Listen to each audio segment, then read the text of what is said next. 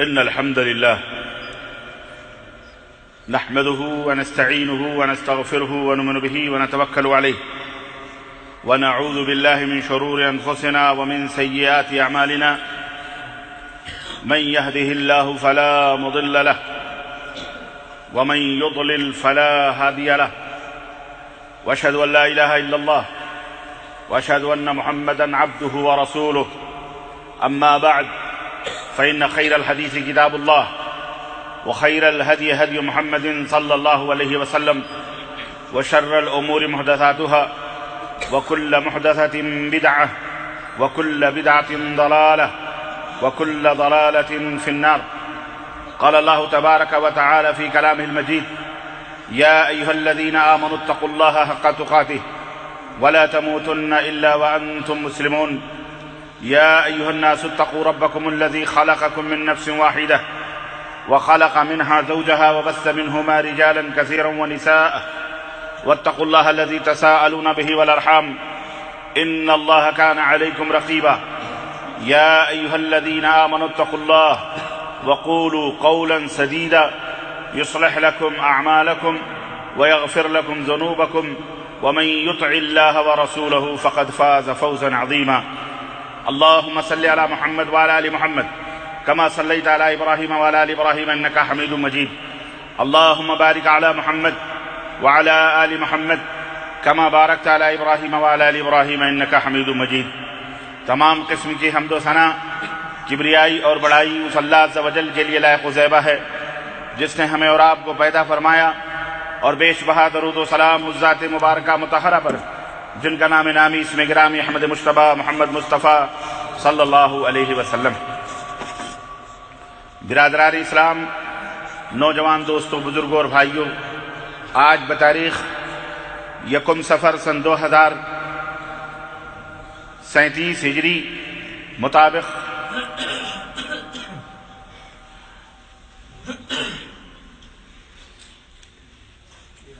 13 نومبر سن 2015 عیسوی کے اس خطبہ جمعہ میں جس موضوع پر آپ حضرات کی خدمت میں تاریخی حوالوں سے گفتگو کرنے کی سعادت حاصل کرنے جا رہا ہوں، وہ موضوع ہے واقعہ کربلا کی حقیقت یا واقعہ کربلا کی کہانی خود اہل بیت کی زبانی. اللہ عز و جل سے دعا ہے کہ اللہ تبارک و تعالی ہم تمام مسلمانوں کو حق بات سمجھنے، بولنے اور اس کے مطابق ایمان و عقیدہ رکھنے اور عمل کرنے کی توفیق عطا فرمائے. اور اللہ عز و جل ارنا الباطل باطلا وارزقنا اجتنابہ، اور جھوٹ اور باطل کو جھوٹ سمجھنے اور اس کے انکار کرنے اور اس سے دور رہنے کی، پرہیز کرنے کی ہم سب کو توفیق عطا فرمائے. آمین یا رب العالمین. اسلام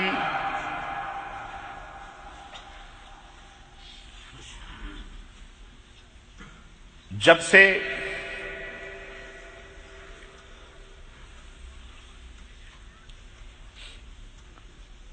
اس دنیا کے اندر اللہ عز و جل نے بطور دین بنا کر، اسے پسند فرما کر، اپنے آخری نبی حضرت محمد الرسول اللہ صلی اللہ علیہ وسلم کو یہ امانت دے کر رسالت اور نبوت کا تاج پہنا کر مبعوث فرمایا، اور دعوت و تبلیغ کی گنا بار ذمہ داری سرور کائنات کے کاندھے پر اللہ تبارک و تعالی نے رکھی. جب سے شیطان اور شیطان کی باتوں پر عمل کرنے والے اس کے دشمن بن گئے، خود نبی کریم صلی اللہ علیہ وسلم کے عہد مبارک میں شیطان کے بہت سارے ایسے بندے یا شیطان کے بہت سارے ایسے ماننے والے جنہوں نے دعوت توحید، دعوت حق کی مخالفت کی، لیکن نبی کائنات صلی اللہ علیہ وسلم کا 23 سال کا نبوتی دور گزرا اور آپ صلی اللہ علیہ وسلم اللہ کی مدد سے اور آپ کے صحابہ بھی اللہ کی مدد سے اس دین اسلام کی خدمت کرتے رہے۔ ہر محاذ اور ہر موڑ پر شیطان کو ذلت اٹھانا پڑی، کہیں بظاہر اس کی چالیں کامیاب ہوئیں تو اس کا مقصد اللہ تبارک و تعالیٰ کے ہاں اپنے نیک بندوں کو سربلند کرنا، اعزاز عطا فرمانا، اپنا قرب خاص عطا کرنا تھا۔ بیشتر مقامات پر شیطان ذلیل رسوا ہوا، اسلام مکمل ہوا اور ساری کائنات کے اندر پھیلنا شروع ہوا۔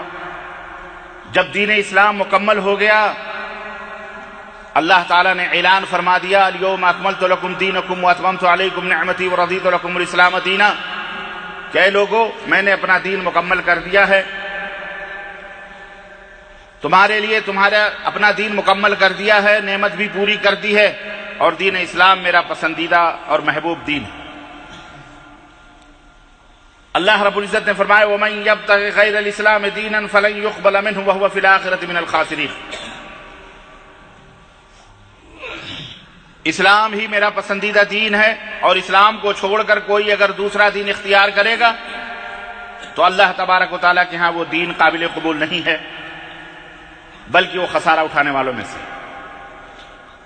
آپ صلی اللہ علیہ وسلم کے ہاتھوں یہ دین مکمل ہوا اور آپ صلی اللہ علیہ وسلم اس دنیا سے رخصت ہوئے، اللہ تبارک و تعالیٰ کو پیارے ہوئے۔ نبی کائنات صلی اللہ علیہ وسلم نے بہت ساری پیشین گوئیاں فرمائیں، اپنی امت کو نصیحت کی اور اپنی امت میں اتحاد و اتفاق کی دعوت دی۔ آپ نے اشارتاً، کنایتاً، صراحتاً اپنے بعد آنے والے بہت سارے ایسے واقعات تھے جن کی پیشین گوئیاں فرمائیں،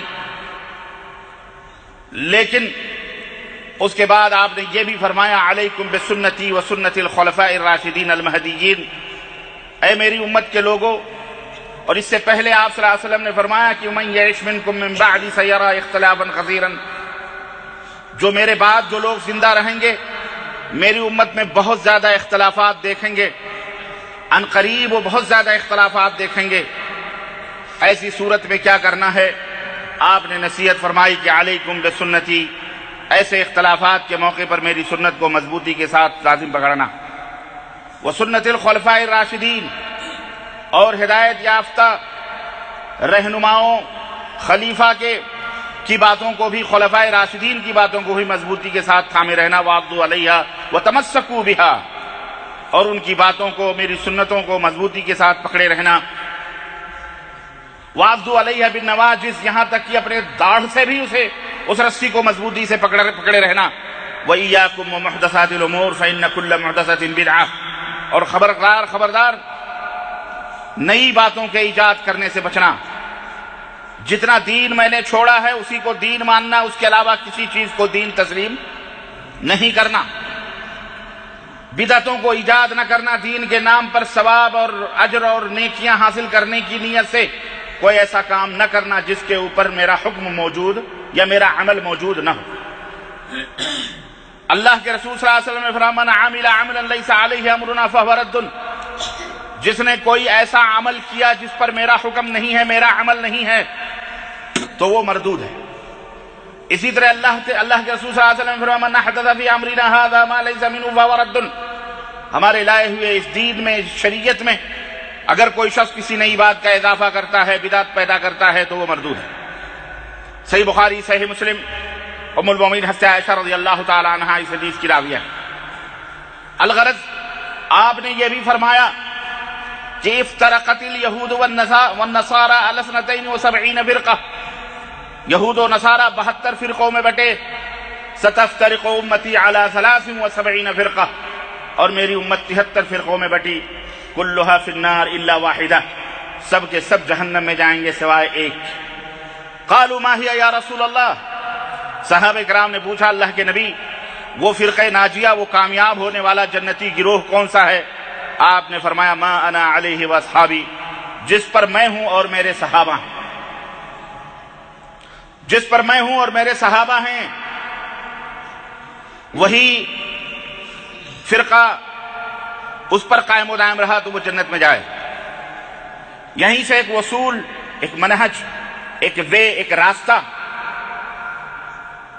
اللہ کے رسول صلی اللہ علیہ وسلم نے ہمیں عطا فرمایا قیامت تک آنے والے اپنی امت کے لوگوں کو، کہ قرآن ہے، حدیث ہے، اسے تمہیں سمجھنا ہے، اسے تمہیں جاننا ہے تو اس طرح سے سمجھو جس طرح سے صحابہ نے سمجھا، صحابہ کرام نے جانا، صحابہ کرام نے اس آیت کے مفہوم اور معنی اور اس حدیث کے معنی اور مفہوم کو تم تک بتایا، اس طرح سے سمجھتے رہنا، اور وہی اصل دین ہوگا، وہی حقیقی دین ہوگا، وہی صحیح منہج ہوگا۔ اپنے منمانی قرآنی آیات کو پڑھ کر اس کے تفسیریں کرنا، اس کی شرحیں کرنا، تدبر کے نام پر، تفکر کے نام پر، تاریخ کے نام پر، اور نہ جانے کن کن باتوں کے نام پر، یہ ہرگز اسلام کے اندر جائز نہیں۔ معنی اور مفہوم قرآن کا ہو یا حدیث کا ہو وہی صحیح اور درست ہوگا جس کے اوپر صحابہ کرام رضوان اللہ علیہم اجمعین قائم و دائم ہوں۔ یہ منہج ہے، یہ اصول ہے، اور اسی کے ماننے والوں کو اہل السنہ والجماعہ کہتے ہیں۔ اہل السنہ والجماعہ کا مطلب اہل مانے والے، سنہ مانے سنت نبی صلی اللہ علیہ وسلم کی، اور جماعت یعنی صحابہ کی جماعت، یعنی وہی لوگ ہیں جو نبی کی سنت اور صحابہ کی جماعت کے اوپر قائم و دائم ہیں، انہی کو اہل سنت والجماعت کہا جاتا ہے۔ یہ ایک محور ہے، یہ ایک کسوٹی ہے، یہ ایک ترازو ہے، یہ ایک میزان ہے جو اسلام نے، اللہ کے نبی نے ہمیں عطا فرمائی ہے۔ دنیا کے اندر قیامت تک آنے والی جتنی بھی جماعتیں، جتنے بھی فرقے، جتنے بھی گروہ اسلام کے نام پر بنیں گے، انہی کسوٹیوں، انہی ترازوؤں اور انہی محوروں پر اور انہی اصولوں پر انہیں تولا جائے گا، جن کا قول و فعل اور عقیدہ اور عمل قرآن و سنت کے مطابق یعنی صحابہ کے منہج کے مطابق ہوگا، وہی اہل السنہ والجماعہ کی گروہ اور کیٹیگری اور دائرے میں رہیں گے۔ جو ان سے الگ ہوں گے، ان کا عقیدہ، ان کا عمل، ان کا، تو وہ لوگ اہل السنہ والجماعہ سے خارج سمجھے جائیں گے۔ الغرض میرے عزیزوں، میرے دوستوں، نبی کریم صلی اللہ علیہ وسلم کی وفات ہوئی، سیدنا ابو بکر صدیق رضی اللہ تعالیٰ عنہ یار غار مصطفیٰ، تفصیلات میں نے جاتے ہوئے چونکہ واقعات کربلا مجھے بیان کرنا ہے، اس لیے میں چاہ رہا ہوں کہ تاریخی طور پر آپ کو ایک سچی اور اچھی بات آپ کے ذہن و دماغ میں مرتب طریقے سے موجود رہے گی، تو زندگی کے کسی بھی گوشے میں آپ کو کوئی گمراہ نہیں کر سکتا ہے انشاءاللہ تبارک و تعالی۔ اسی طرح آپ اپنے آنے والی نسلوں کو، اپنے بیوی بچوں، اپنے ماں باپ بھائی بہنوں کو بھی، اپنے محلے، اپنے گاؤں قریے بستی شہر والوں کو بھی اس حقیقت سے واقف کرا سکتے ہیں، اس حقیقت کو ان کے ذہنوں میں بٹھا سکتے ہیں۔ سچائی وہ نہیں جو دشمنان اسلام بیان کر رہے ہیں، بلکہ سچائی یہ ہے جو اہل السنہ والجماعہ کے اہل علم نے بیان فرمایا ہے۔ اس لیے کہ حقیقتوں کا جاننا بہت ضروری ہے۔ اگر آپ اپنی حقیقت کو نہیں جانیں گے تو آپ کو کوئی بھی انسان کچھ بھی کہہ سکتا ہے۔ ایک انسان ہے، اگر 10 آدمی اسے بیوقوف کہیں تو بیچارہ اگر وہ اپنی حقیقت کو نہیں سمجھتا ہے تو اپنے آپ کو بیوقوف سمجھنے لگے، کہتے کہتے لوگ اسے بیوقوف ہی بنا دیں گے۔ اس لیے آپ کو یہ سمجھنا ہے کہ ہمارا ایمان اور ہمارا عقیدہ، ہمارا عمل اور ہماری تاریخ اور ہماری سیرت کیا ہے اور کہاں سے ہم ان تمام سب چیزوں کو حاصل کر رہے ہیں۔ پیغمبر اسلام نبی کریم صلی اللہ علیہ وسلم اس دنیا سے رخصت ہوئے۔ انصار اور مہاجرین یہ دو گروہ، دو جماعتیں مدینے کے اندر موجود تھیں۔ انصار ان صحابہ کو کہا جاتا ہے جو اہل مدینہ تھے، جنہوں نے مدد کی مسلمانوں کی جو ہجرت کر کے آئے مکہ المکرمہ سے یا اس کے قرب و جوار سے، انہیں مہاجرین کہا جاتا ہے۔ جب نبی کریم صلی اللہ علیہ وسلم کی وفات ہوئی، پہلا اختلاف پیدا ہوا، اور ایک ہی نہیں بلکہ ایک کے بعد دیگرے کئی اختلافات پیدا ہوئے۔ آئیے یہ دیکھتے ہیں کہ ان اختلافات کا دفیہ کیسے ہوا، ان اختلافات کو دفع کیسے کیا گیا۔ سب سے پہلا اختلاف تو یہ ہوا کہ حضرت سیدنا عمر فاروق اعظم جیسی جلیل القدر ہستی تلوار لے کر کے مدینہ منورہ کے گلیوں میں چکر لگانے لگی اور کہنے لگے جذبات میں، وفور محبت میں نبی کریم صلی اللہ علیہ وسلم کی محبت میں اس طرح سے دیوانہ ہوئے کہ مدینے کی گلیوں میں چکر لگانے لگے کہ اگر کوئی یہ کہے گا کہ محمد صلی اللہ علیہ وسلم انتقال کر چکے ہیں، مر چکے ہیں، تو اس کی گردن کو اس کے جسم سے جدا کر دیا جائے گا، اس کے سر کو جدا کر دیا جائے گا اس کے جسم سے۔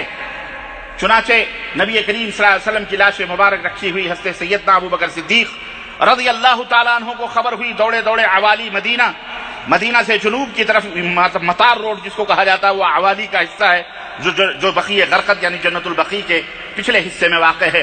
وہاں سے وہ دوڑے دوڑے آئے، مسجد نبی میں پہنچے، حجرہ عائشہ صدیقہ رضی اللہ تعالی عنہا کے اندر پہنچے تو نبی کریم صلی اللہ علیہ وسلم کی نگاہ مبارک کو بند کیا اور آپ کی پیشانی کا بوسہ لیا اور کہا اللہ کی قسم اے اللہ کے نبی، آپ کے اوپر 2 موتیں نہیں آ سکتی، یقیناً آپ مر چکے ہیں۔ اس کے بعد منبر رسول پر کھڑے ہوئے اور کہا یا ایھا الناس، خطبہ دیا اور فرمایا، صحیح بخاری کے حوالے سے خطبہ موجود ہے، صحیح بخاری کے اندر آپ نے فرمایا یا ایھا الناس من کان یعبد منکم محمدا فإن محمدا قد مات، اے لوگوں سنو، جو شخص محمد صلی اللہ علیہ وسلم کی عبادت کرتا تھا وہ سن لے کہ محمد صلی اللہ علیہ وسلم انتقال کر چکے ہیں، مر چکے ہیں۔ قد مات تحقیق کی آپ مر چکے ہیں۔ ماتا یموتو کے معنی ہوتے ہیں مرنا، ماتا یموتو کے معنی کیا ہوتے ہیں؟ موت کے معنی کیا ہوتے ہیں؟ مر جانا۔ اردو زبان میں اس کو مر جانا کہتے ہیں، اس کو پردہ فرمانا نہیں کہتے، جیسا کہ آج ہمارے یہاں بہت سارے لوگ یہ عقیدہ رکھ کے بیٹھے ہیں کہ اللہ کے نبی مرے نہیں ہیں بلکہ آج بھی زندہ ہیں۔ بلکہ بعض مولویوں نے تو یہ بھی لکھا کہ آپ صلی اللہ علیہ وسلم کو جب دفنانے کے لیے لے جا رہے تھے تو آپ صلی اللہ علیہ وسلم کے لب مبارک ہل رہے تھے، لوگوں نے کان لگا کر کے سنا تو آپ کہہ رہے تھے کہ جو ہے نماز پڑھو، استغفر اللہ۔ یہ ایک اتنا بڑا الزام ہے صحابہ کرام پر کہ آپ جان بوجھ کر کے کہ زندہ ہیں اللہ کے نبی، اس کے باوجود بھی آپ کو زمین کے اندر دفن کر دیا گیا۔ اتنا بڑا الزام ہے، اتنی بڑی بدعقیدگی، اللہ ہدایت عطا فرمائے۔ الغرض اللہ کے رسول صلی اللہ علیہ وسلم کو اسی حجرے کے اندر دفن کیا گیا۔ حضرت ابو بکر صدیق نے کہا کہ جو اللہ کی عبادت کرتا تھا فَهُوَ حَيٌّ لَا يَمُوتُ، وہ اللہ ہمیشہ سے زندہ ہے اور ہمیشہ زندہ رہے گا، اسے کبھی موت نہیں آئے گی۔ اور جو محمد صلی اللہ علیہ وسلم کی عبادت کرتا تھا، انہیں اللہ مانتا تھا، وہ یہ سمجھ لے وہ مر چکے ہیں۔ قدمات، وہ کیا ہو چکے ہیں؟ مر چکے ہیں۔ سنو، حضرت ابو بکر صدیق نے آیت کریمہ پڑھی، کہا وما محمد الا رسول قد خلت من قبله الرسل وفإن مات او قتل انقلبتم على اعقابكم ومن ينقلب على عقبيه فلن يضر الله شيئا۔ سنو، اللہ تعالیٰ کا فرمان ہے کہ محمد صلی اللہ علیہ وسلم ایک رسول ہیں۔ اے لوگو، کیا اگر وہ مر جائیں یا شہید کر دیے جائیں تو کیا پھر تم اپنے ایڑیوں کے بل پلٹ جاؤ گے، یعنی کافر ہو جاؤ گے؟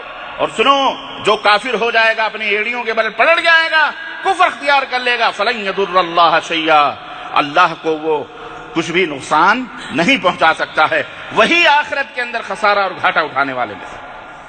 بیان کرنے کا مقصد یہ تھا، انبیاء علیہ السلام آئے، رسول آئے گئے، آتے ہیں چلے جاتے ہیں، لیکن اللہ کا دین جاری اور ساری رہے گا۔ اللہ نے انا نحن نزلنا الذکر وانا لہ لحافظون، اللہ نے فرمایا اس دین کو ہم نے نازل کیا ہے اور اس کی حفاظت ہم کریں گے قیامت تک کے لیے۔ دین اسلام، حضرت عمر بن خطاب رضی اللہ تعالیٰ عنہ نے جب یہ خطبہ سنا، تلوار ہاتھ سے چھوٹ گئی، غم و غصہ اور وہ ہیبت اور وہ جلال ٹھنڈا ہوا، حقائق سامنے آئے، دلائل سامنے آئے۔ سیدنا ابو بکر صدیق کی بات سنی، کہنے لگے اللہ کی قسم اتنی دفعہ ہم نے قرآن پڑھا لیکن ایسا لگ رہا تھا جیسے یہ آیت کریمہ ابھی نازل ہوئی، ہمارے شعور سے بھی نہ گزری تھی۔ اس طرح سے صحابہ کو یقین ہو گیا کہ اللہ کے نبی اس دنیا میں نہ رہے۔ یہ پہلا اختلاف تھا جس کو سیدنا ابو بکر صدیق نے دلیل کے ساتھ، وہ بھی قرآن کی دلیل کے ساتھ، یہ ختم کیا۔ دوسرا اختلاف ہوا کہ اللہ کے نبی کو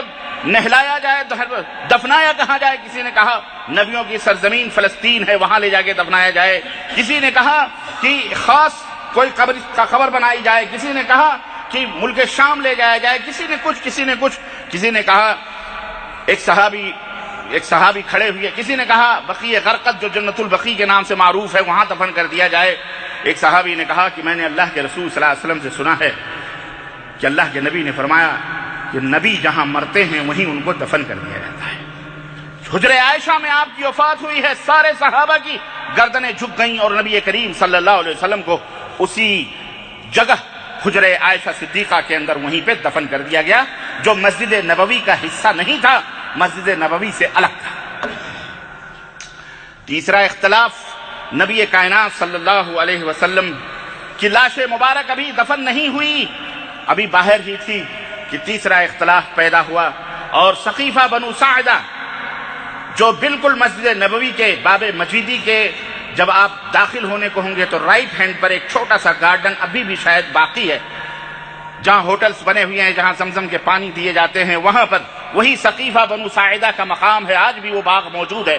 اسی باغ کے اندر صحابہ کرام، انصار و مہاجرین جمع ہوئے۔ ابھی نبی کریم صلی اللہ علیہ وسلم کو دفن نہیں کیا گیا، لیکن امیر بنانے کا اور خلیفہ بنانے کے لیے باقاعدے مشورے شروع ہو گئے کہ اب نبی کریم صلی اللہ علیہ وسلم کے بعد خلیفہ کون رہے گا۔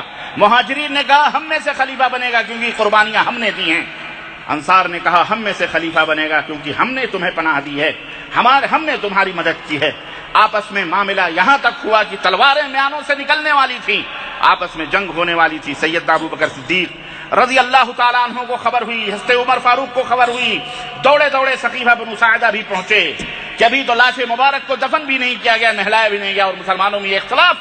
چنانچہ سیدنا ابو بکر صدیق رضی اللہ تعالیٰ عنہ پہنچے اور انہوں نے کہا کہ اے لوگو سنو، میں نے خود اپنے نبی کریم صلی اللہ علیہ وسلم کی آنکھوں زبان مبارک سے اور اپنے کانوں سے یہ حدیث سنی ہے، الائمۃ من القریش، کہ جو تمہارا خلیفہ ہوگا وہ قریش کا ہوگا، خاندان قریش کو اپنا خلیفہ بناؤ۔ چنانچہ سیدنا ابو بکر صدیق رضی اللہ تعالیٰ عنہ کے اس حدیث سنانے کے بعد سب صحابہ کی گردنیں جھک گئیں، تلواریں میان میں آ گئیں، سارے جوش اور جذبے ٹھنڈے ہو گئے۔ ابو بکر صدیق نے فرمایا کہ یہ عمر بن خطاب ہیں، یہ عبیدہ بن جراح ہیں، یہ نبی کریم صلی اللہ علیہ وسلم کے نہایت ہی قریبی لوگ ہیں۔ عمر وہ ہیں کہ جنہیں دیکھ کر گلیوں میں شیطان بھی راستے تبدیل کر دیا کرتا ہے۔ عمر وہ ہیں کہ جن کے بارے میں نبی نے فرمایا تھا کہ لو کان من بعد نبی لکان عمر، اگر میرے بعد کسی نبی کو پیدا ہونا ہوتا تو عمر بن خطاب کو اللہ نبی بناتا۔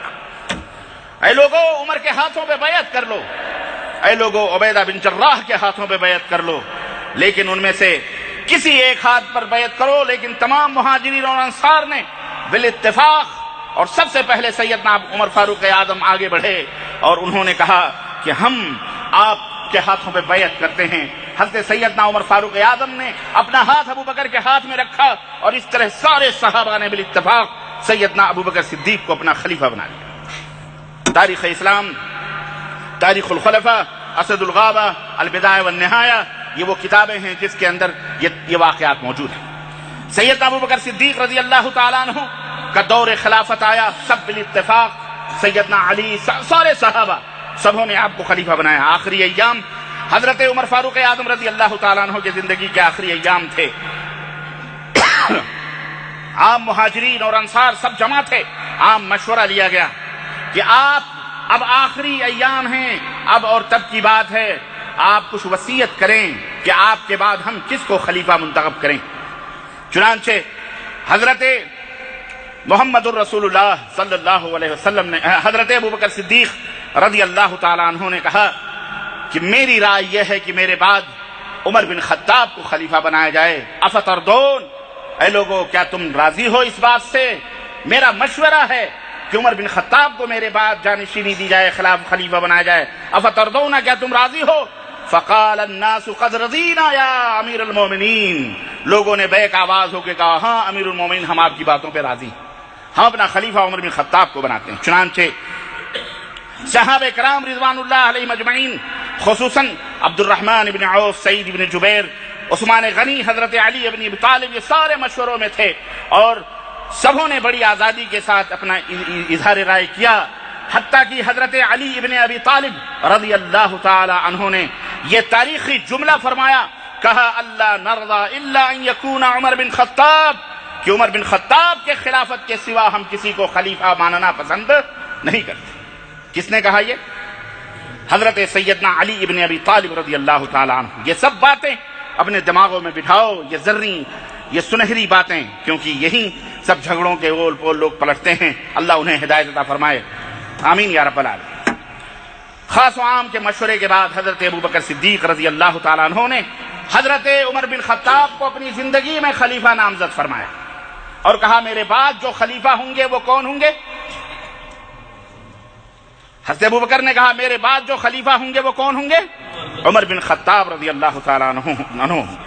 حضرت عمر بن خطاب رضی اللہ تعالیٰ عنہ ان کا بھی زمانہ گزرا اور نصرانی کرسچن ابو لولو فیروز نامی اس خبیث نے عین نماز کی حالت میں فجر کے اندر خنجر زہر میں بجھا ہوا خنجر مارا اور آپ رضی اللہ تعالی عنہ زخمی ہوئے اور اس طرح ذی قعدہ میں زخمی ہوئے اور محرم کی پہلی تاریخ کو آپ نے جام شہادت نوش فرمایا۔ اس درمیان آپ سے بھی سوال ہوا کہ جس طرح ابوبکر صدیق نے وصیت کی تھی کہ میرے بعد میرا ولی عہد خلیفہ عمر بن خطاب ہوں گے، تو آپ بھی کچھ وصیت کریں، نصیحت کریں کہ آپ کے بعد ہم کس کو خلیفہ بنائیں۔ لوگوں نے کہا کہ ابن عمر آپ کے صاحبزادے ہیں، عبداللہ ابن عمر، ان کو خلیفہ بنا لو۔ حضرت عمر بن خطاب نے کہا نہیں، خلیفہ بنانے کے لیے میں 6 آدمیوں کو مقرر کرتا ہوں، ان 6 آدمیوں کی ایک مجلس بٹھا لینا اور ان میں خلیفہ چن لینا۔ چنانچہ حضرت علی، حضرت عثمان، حضرت زبیر، حضرت طلحہ، حضرت سعد، حضرت عبد الرحمن ابن عوف رضوان اللہ تعالی علیہم اجمعین، ان 6 میں سے میرے بعد جس کو چاہو خلیفہ بنا لو۔ چنانچہ حضرت عمر بن خطاب رضی اللہ تعالیٰ عنہ کی شہادت ہوئی۔ اس کے بعد مجلس شورا بیٹھی 6 آدمیوں کی، 4 آدمیوں نے خلافت سے دستبرداری کر لی، طلحہ بھی دستبردار ہو گئے، زبیر بھی دستبردار ہو گئے، حضرت سعد بھی دستبردار ہو گئے، حضرت عبد الرحمن ابن عوف بھی دستبردار ہو گئے۔ باقی 2 تھے داماد رسول صلی اللہ علیہ وسلم، حضرت علی اور حضرت عثمان۔ حضرت عبد الرحمن ابن عوف نے کہا، دونوں سے ملاقات ہوئی، حضرت علی کو الگ لے جا کر کے بیٹھے اور کہنے لگے کہ اے داماد رسول علی ابن ابی طالب، اگر میں نے آپ کو خلیفہ نہ منتخب کیا، حضرت عثمان کو منتخب کیا، تو آپ راضی ہیں؟ کہنے لگے بالکل ہم راضی ہیں، ہمیں کوئی اعتراض نہیں۔ اس کے بعد تنہائی میں حضرت عثمان غنی کو لے کے گئے اور کہنے لگے کہ اگر میں نے علی کو خلیفہ بنا دیا، کیونکہ میرے اوپر مجھے اختیار دیا گیا ہے، سبوں نے مل کر مجھے اختیار دیا ہے، آپ سب نے مل کر کے مجھے اختیار دیا ہے کہ آپ کے ہر فیصلے کو ہم قبول کریں گے، تو اے عثمان، اگر میں نے علی کو خلیفہ بنا دیا، منتخب کر دیا، تو کیا آپ میرے اس فیصلے پر راضی ہیں؟ سیدنا عثمان غنی نے کہا بالکل، اہلاً وسہلاً، مجھے کوئی اعتراض نہیں، میں آمنا وصدقنا، میں مطیع و فرمانبردار بن کر کے رہوں گا۔ حضرت عبد الرحمن بن عوف رضی اللہ تعالیٰ عنہ تشریف لائے، باہر تمام مجمع تھا، بھیڑ تھی، سب کے سامنے مسجد نبی میں اعلان کیا، اے لوگو، عثمان غنی کو میں خلیفہ مقرر کرتا ہوں۔ سبوں نے، حضرت علی سمیت تمام صحابہ نے حضرت عثمان غنی کو اپنا خلیفہ ثالث مقرر فرمایا۔ اللہ اکبر۔ اور اس طرح سے کثرت رائے سے حضرت عثمان غنی خلیفہ مقرر۔ میرے عزیزو، اس کے بعد حضرت عثمان غنی کی خلافت کا زمانہ، حضرت ابن کثیر، حافظ ابن کثیر رحمۃ اللہ علیہ اپنی تاریخ البدایہ والنہایہ میں لکھتے ہیں کہ ازدحم الناس یبایعون عثمان حتی غشوہ تحت المنبر، لوگ اس طرح سے بیعتوں کے لیے حضرت عثمان کے اوپر پل پڑے کہ ممبر پہ ڈھانپ لیا ان کو، ممبر پہ بھی بیٹھے ضرور ڈھانپ لیا لوگوں نے، اس طرح کثرت کے ساتھ بیعت۔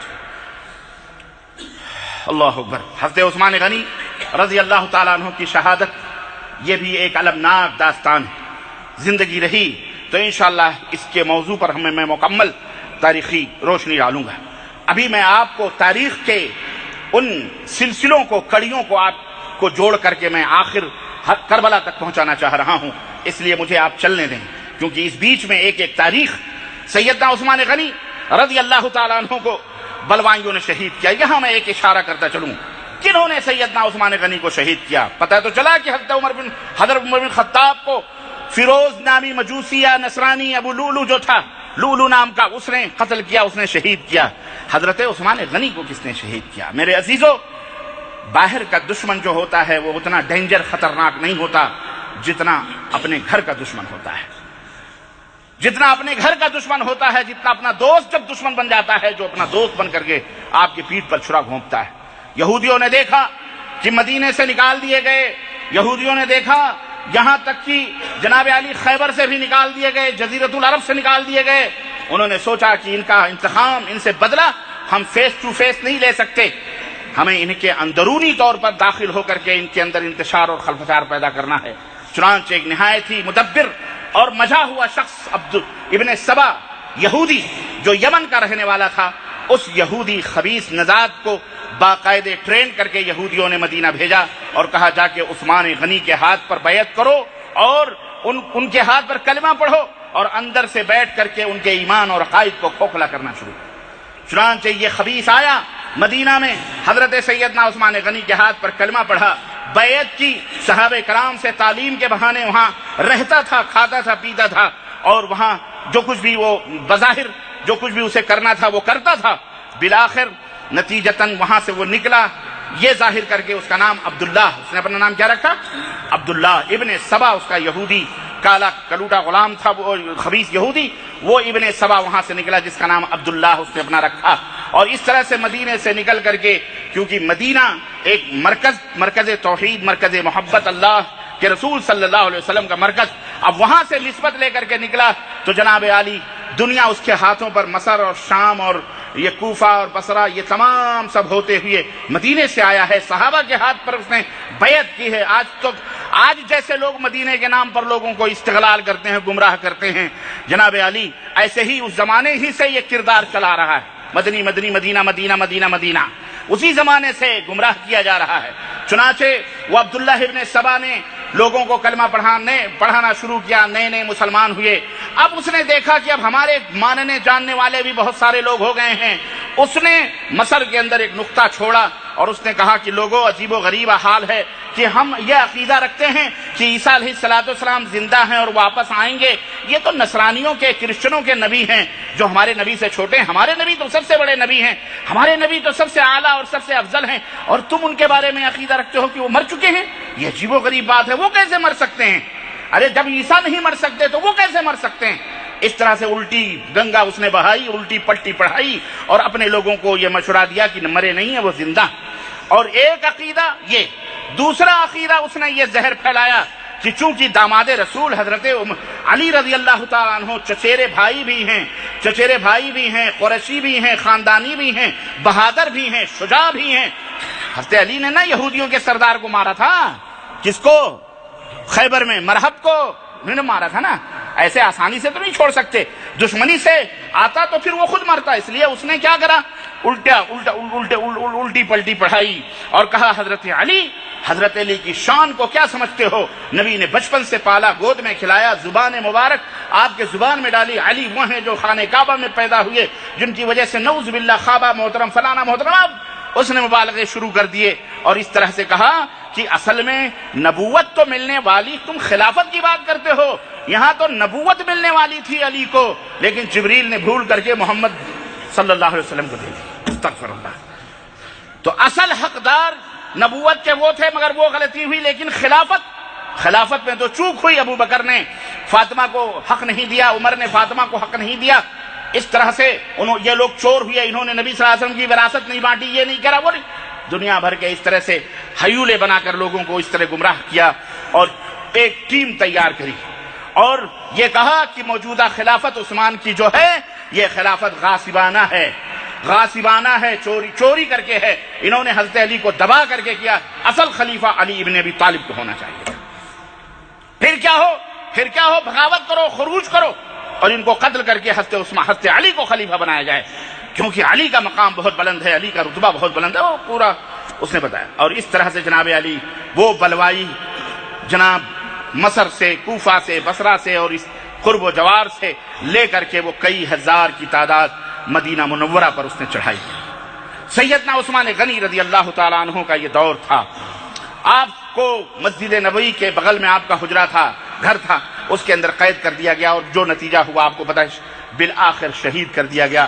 وہ اذان بھی دیتے تھے، وہ نماز بھی پڑھاتے تھے، وہ بلوائی جو تھے وہ سب کرتے تھے، کلمہ بھی پڑھتے تھے، سب کچھ تھا ان کے اندر، سب کچھ، کوئی فرق آپ نہیں محسوس کر سکتے تھے کہ یہ مسلمان نہیں ہیں، لیکن نہیں، ان کو اس طرح سے گمراہ کیا گیا۔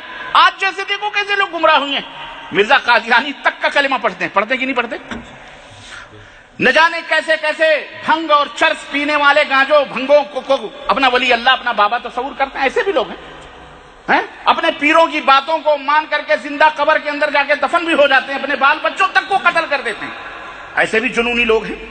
عرض کرنے کا مطلب یہ ہے کہ شیطان کس کس انداز سے اسلام کے نام پر، عقیدت و محبت کے نام پر لوگوں کو گمراہ کرتا ہے.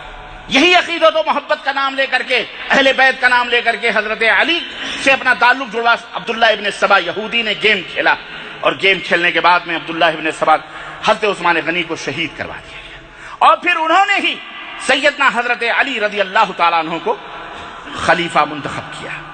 حضرت علی رضی اللہ تعالیٰ عنہ خلیفہ بنے. حضرت امیر معاویہ ملک شام کے گورنر تھے، ملک شام کے گورنر تھے. سب سے وہاں سے حضرت علی رضی اللہ یعنی پھر وہ اختلاف، جنگ جمل ہوا، جنگ صفین ہوئی، وہ تمام لڑائیاں ہوئیں حضرت عائشہ اور حضرت علی کے درمیان، حضرت امیر معاویہ اور حضرت علی کے درمیان. بالآخر اخیر میں حضرت امیر معاویہ نے کہا کہ بھئی وہ قصاص جنہوں نے عثمان غنی کو شہید کیا ہے وہ آپ کے پاس موجود ہیں، انہیں قتل کرو، انہیں قتل کرو. حضرت علی بن ابی طالب نے کہا کہ معاویہ تم کو معلوم ہونا چاہیے کہ میں خلیفہ بنا دیا گیا ہوں، لیکن میرے ہاتھ میں کچھ بھی نہیں. اگر میں نے زبان کھولی تو یہ مجھے بھی قتل کر دیں گے، اس لیے تھوڑا صبر کرو، تھوڑا صبر کرو. کہنے لگے، امیر معاویہ نے پھر خط بھیجا اور کہا کہ اگر آپ نہیں انہیں قتل کر سکتے آپ انہیں میرے حوالے کیجئے، میرے آدمی جا کے انہیں گرفتار کر کے لائیں گے اور ان کے قصاص میں ان کو قتل کیا جائے گا. لیکن بہرحال یہ خبر جب ان بلوائیوں کو معلوم ہوئی کہ اس طرح سے نتیجہ ہونے والا ہے، اور ہو سکتا ہے کہ علی، ظاہر ہے وہ جانتے تھے، ہمیں ان کے حوالے کر دیں معاویہ کے، تو معاویہ تو چھوڑنے والے نہیں ہیں. انہوں نے حضرت علی کو اکسانا شروع کیا کہ لڑائی کرو، لڑائی کرو، ان سے کہو بیعت کریں، ان سے کہو آپ کے ہاتھ میں بیعت کریں ورنہ جنگ.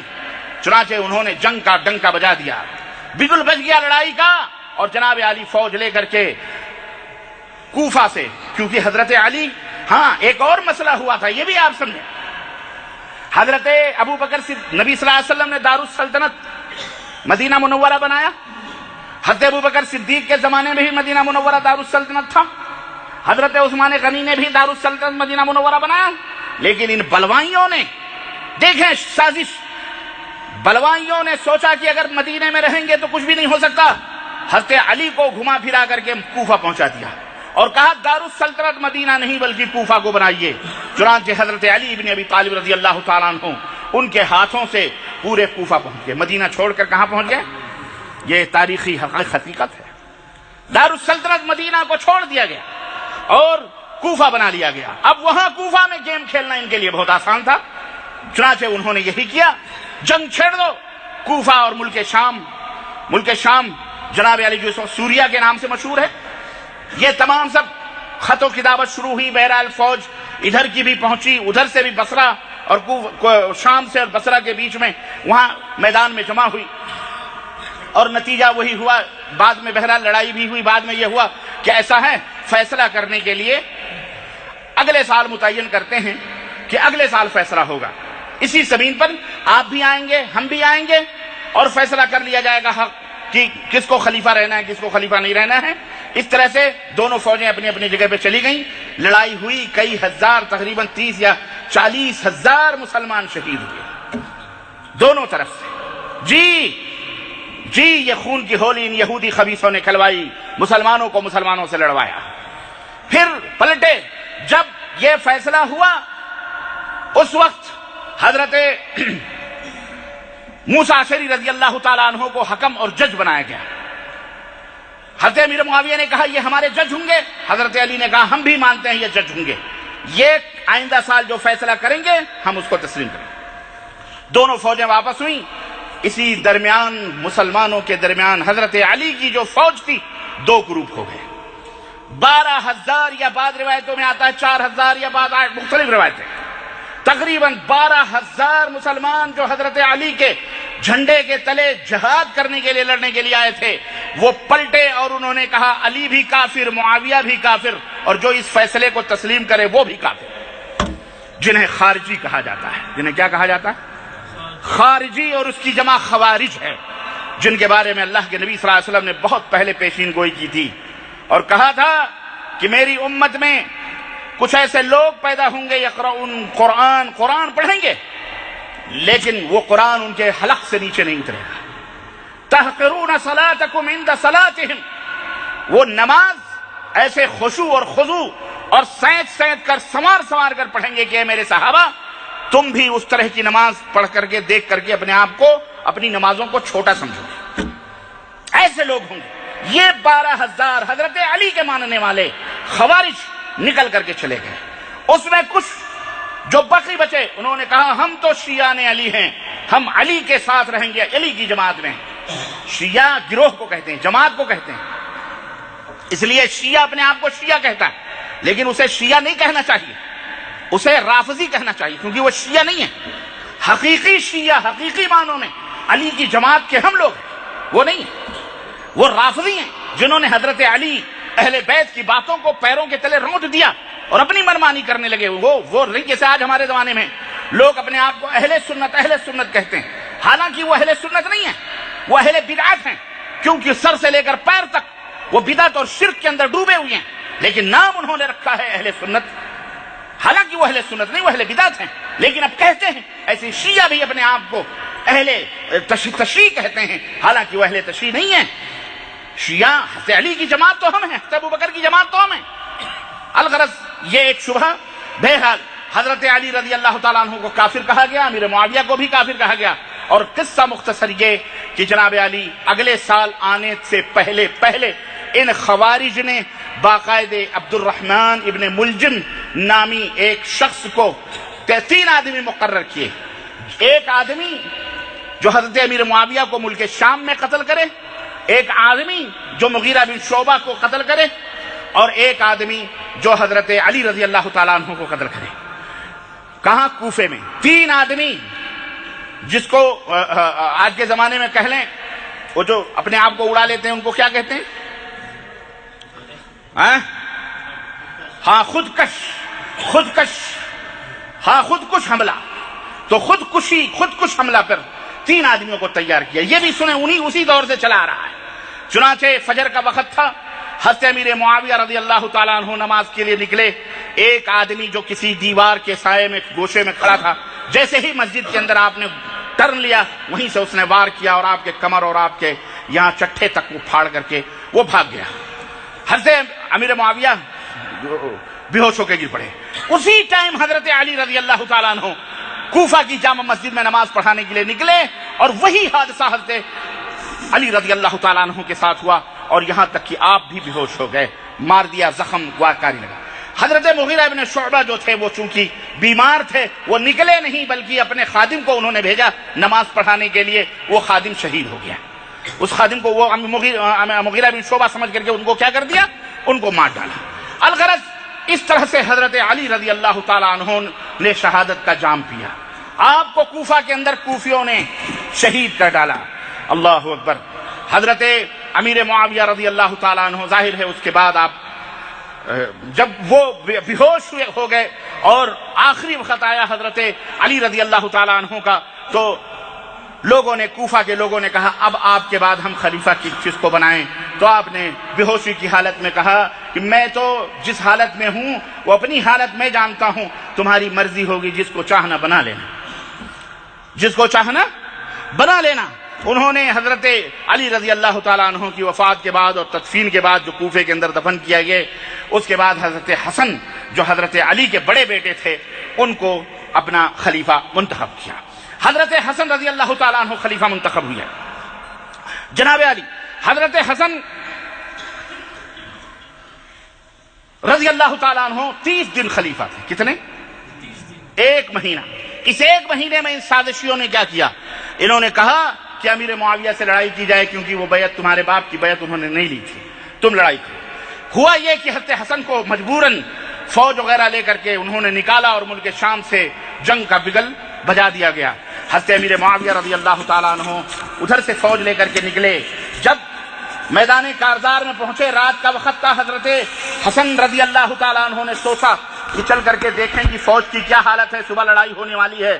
تو آپ نے دیکھا کہ کچھ گزرے خیموں سے گزرتے گزرتے ایک خیمے سے کچھ کھسر پھسر کی آواز آ رہی تھی. وہاں پہنچ کر کے کان لگا کر کے سنا تو وہ فوجی آپس میں گفتگو کر رہے تھے کہ ہمیں کب معاویہ سے جنگ لینی ہے. معاویہ کے پاس تو اتنی بڑی لشکر ہے, اتنی بڑی فوج ہے, کل تو ہم ختم ہو جائیں گے. ایسا کرتے ہیں کہ عین لڑائی کے موقع پر ہم سب معاویہ کی طرف ہو جاتے ہیں, حسن کو ختم کروا دیتے ہیں. حضرت حسن رضی اللہ تعالیٰ عنہ نے جب یہ اپنے کان سے سنا, استغفر اللہ, وہاں سے پلٹے اور صبح کا انتظار کرنے لگے.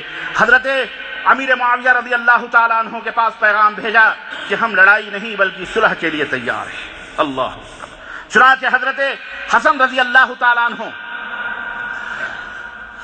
نے حضرت امیر معاویہ رضی اللہ تعالیٰ عنہ کے پاس جب خط بھیجا تو حضرت امیر معاویہ رضی اللہ تعالیٰ عنہ نے ایک سادہ پیپر, وائٹ پیپر, بالکل کچھ نہیں لکھا ہوا, بالکل اسی طرح کا پیپر اپنی مہر اور یہاں سائن کر کے دستخط کر کے بھیج دیا کہ آپ کو جو چاہیے سادہ پیپر بھیج رہا ہوں, لکھ کر کے بھیج دو, معاویہ کو سب منظور ہے. اللہ. وہ چاہتے تو یہ بھی کہہ سکتے تھے نا کہ میں خلیفہ رہوں گا, لیکن نہیں, وہ جانتے تھے یہ کوفی لا یوفی, کوفہ کبھی وفاداروں کا شہر نہ رہا ہے نہ رہے, آج بھی نہیں ہے, یہ وفا نہیں کر سکتے. چنانچہ حضرت حسن رضی اللہ تعالیٰ عنہ نے ایک اور اللہ کے نبی کی پیشین گوئی ثابت ہوئی کہ اللہ کے نبی نے فرمایا تھا کہ میرا یہ بیٹا حسن ایک زمانہ آئے گا کہ دو مسلمان گروہوں میں صلح کروائے گا. میرا یہ بیٹا حسن دو مسلمان جماعتوں میں صلح کروائے گا. چنانچہ آپ کے اس فیصلے نے نبی کریم صلی اللہ علیہ وسلم کی اس پیشین گوئی کو بھی ثابت کر دکھایا. اور حضرت امیر معاویہ رضی اللہ تعالیٰ عنہ کے ہاتھوں پر تمام شرائط حضرت امیر معاویہ نے حضرت حسن کے منظور کر لیے, اور اس کے ساتھ حضرت حسن اپنے ساتھیوں کے ساتھ, جس کے اندر حضرت حسین بھی تھے, اور پورے صحابہ اور پورے آپ کے ماننے والے کوفے کے جتنے بھی لوگ تھے, سبوں نے جا کر کے حضرت امیر معاویہ رضی اللہ تعالی عنہ کے ساتھ ان کے ہاتھوں پر بیعت کی, بڑے امن و امان کے ساتھ. اور یہ واقعہ سن 40 ہجری میں واقع ہوا. کون سے ہجری میں؟ سن 40 ہجری میں واقع ہوا. آئیے میں ایک سرسری طور پر سارے صحابہ کی مدت خلافت راشدہ بھی بتلاتا چلوں. حضرت ابو بکر صدیق رضی اللہ تعالیٰ عنہ کی مدت خلافت جو تھی وہ جناب علی, حضرت ابو بکر صدیق رضی اللہ تعالیٰ عنہ کی جو مدت خلافت تھی وہ تقریباً دو سال اور کچھ مہینے تھے. اور اس کے بعد حضرت عمر فاروق اعظم رضی اللہ تعالیٰ عنہ کی مدت خلافت یہ 10 سال 6 ماہ, اور حضرت عثمان کی مدت خلافت 12 سال, حضرت علی کی مدت خلافت 4 سال 9 مہینے اور کچھ دن, اور حضرت حسن کی مدت خلافت میں نے کہا تھا 1 ماہ نہیں بلکہ 6 ماہ اور کچھ دن حضرت حسن رضی اللہ تعالی عنہ کی مدت خلافت تھی. میں نے پہلے 1 ماہ کہا تھا, 1 ماہ نہیں 30 دن نہیں بلکہ 6 ماہ اور کچھ دن حضرت حسن رضی اللہ تعالی عنہ کی خلافت. اور اس طرح سے حضرت امیر معاویہ رضی اللہ تعالی عنہ خلیفہ بنائے گئے. اور جناب علی اسد الغابہ جو تاریخ کی معتبر کتاب ہے اس کے اندر یہ بات لکھی ہوئی ہے کہ خلیفۃ 20 سنہ و خلیفہ 20 سنہ و امیرا 20 سنہ. امیر معاویہ کی یہ شان ہے, یہ مقام اور فضیلت ہے کہ 20 برس تک گورنر بھی رہے اور 20 برس تک بلا شرکت غیرے آپ خلیفہ بھی بنے رہے. کتنے؟ 20 برس تک گورنری اور 20 برس تک آپ خلیفہ بھی رہے. چنانچہ اس کے بعد فتنے ختم ہو گئے, امن و امان کا سلسلہ شروع ہو گیا, سارے بلوائی ٹھپ, اور وہ بیچ میں بڑے واقعات ہیں حضرت علی کے اور ان کے جنہوں نے حکم لگایا تھا کیا کیا ہوا, وہ خیر وہ کسی اور موقع پر. میں بالکل شارٹ میں آگے بڑھ رہا ہوں. حضرت یزید رحمہ اللہ کا دور آتا ہے, آئیے اس پر بھی گفتگو کرتے ہیں. حضرت امیر معاویہ رضی اللہ تعالیٰ عنہ کوفہ, حضرت امیر معاویہ رضی اللہ تعالیٰ عنہ خلیفہ بنا لیے گئے. آپ نے کوفہ کے گورنر حضرت مغیرہ ابن شعبہ رضی اللہ تعالیٰ عنہ کو بلایا اور کہا کہ میں اپنے بعد, جیسے ابو بکر صدیق نے اپنے بعد عمر کو خلیفہ منتخب کیا تھا, ایسے میں اپنے بعد اپنا ولی عہد اپنے بیٹے یزید کو بنانا چاہتا ہوں, یزید کو بنانا چاہ رہا ہوں. چنانچہ مغیرہ ابن شعبہ کے مشورے پر آپ نے یزید رحمہ اللہ کو اپنا ولی عہد مقرر کیا اور بیعت خلافت لی اپنے زمانے میں یزید کے ہاتھوں پر بیعت خلافت لی کی خلافت کی میرے بعد جو خلیفہ ہوگا وہ کون ہوگا؟ میرا بیٹا یزید ہوگا۔ حضرت امیر معاویہ رضی اللہ تعالیٰ عنہ کے بعد سن 60 ہجری کے اندر 60 ہجری میں جب حضرت امیر معاویہ کی وفات ہوئی، یزید کے ہاتھوں پر تمام شامیوں نے اور تمام اہل مدینہ نے اور دوسرے صوبے جات کے تمام مسلمانوں نے بیعت کی، جس کے اندر صحابہ بھی تھے۔ تقریباً اس زمانے میں 350 یا 300 کے قریب صحابہ تھے جنہوں نے حضرت یزید رحمہ اللہ کے ہاتھوں پہ بیعت کی۔ حضرت عبداللہ ابن عمر نے تو یہاں تک کہہ دیا اپنے خاندان والوں سے کہ اگر تم نے یزید کے ہاتھوں پہ بیعت نہ کی تو یاد رکھو جو بیعت کرے گا وہ مجھ سے ہے، جو بیعت نہیں کرے گا وہ مجھ سے بائیکاٹ ہے۔ مدینے میں سبوں نے بیعت کی۔ یزید کے دور خلافت میں ہی میں یہ کربلا کا واقعہ پیش آیا، سانحہ کربلا جو نہایت ہی افسوسناک اور غمناک ہے۔ بہرحال میرے عزیزوں، میرے دوستوں اور بھائیوں، یہ واقعہ نہایت ہی دلدوز واقعہ، غمناک واقعہ، اس کی بھی حقیقت میں چاہ رہا تھا کہ آج میں آپ حضرات کی خدمت میں آج مکمل کرتا، لیکن تفصیلات میں جانے کے لیے ہمارے پاس وقت نہیں ہے، میں زیادہ وقت اس میں نہیں صرف کر سکتا کیونکہ تھوڑا سا تفصیل ہے، تھوڑا سا واقعہ ہے۔ میں انشاءاللہ زندگی رہی تو اگلے خطبے میں اپنے اس خطبے کو مکمل کروں گا انشاءاللہ تعالی۔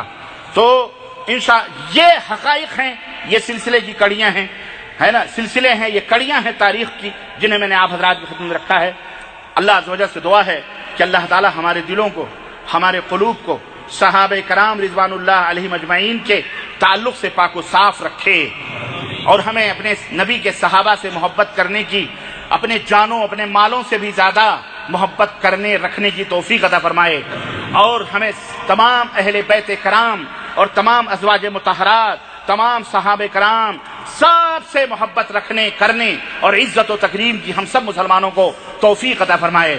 اور اللہ تبارک و تعالی ان تمام لوگوں کو جو صحابہ کا نام لے کر یا اشارتاً اور کنایتاً صحابہ کو برا کہتے ہیں، گالیاں بکتے ہیں، توہین کرتے ہیں، یہاں تک کہ کافر تک کہتے ہیں، استغفر اللہ ثم استغفر اللہ، اللہ ان سب کو ہدایت عطا فرمائے، ان سب کو سمجھ عطا فرمائے، انہیں یہودیوں کی سازشوں سے بچنے کی توفیق عطا فرمائے، ان کے ذاکرین، ان کے واعظین، ان کے مولویوں کو جو منبروں پر محرابوں پر بیٹھ کر اور سر پیٹ کر کے روتے ہیں بھوں بھوں، اللہ تعالیٰ انہیں ہدایت عطا فرمائے، ان مکار اور ان عیاریوں اور ان جھوٹ اور کذب بازیوں سے اللہ تعالیٰ انہیں دور فرمائے، اور امت مسلمہ کے درمیان اختلاف، انتشار اور اس طرح سے محبت حسین اور محبت علی کا نام لے کر کے نفرتیں پھیلانا، نفرتیں لوگوں کے دلوں میں ڈالنا، بھلے کہنا نہیں لیکن نفرت پیدا کرنا، ایک قاتل،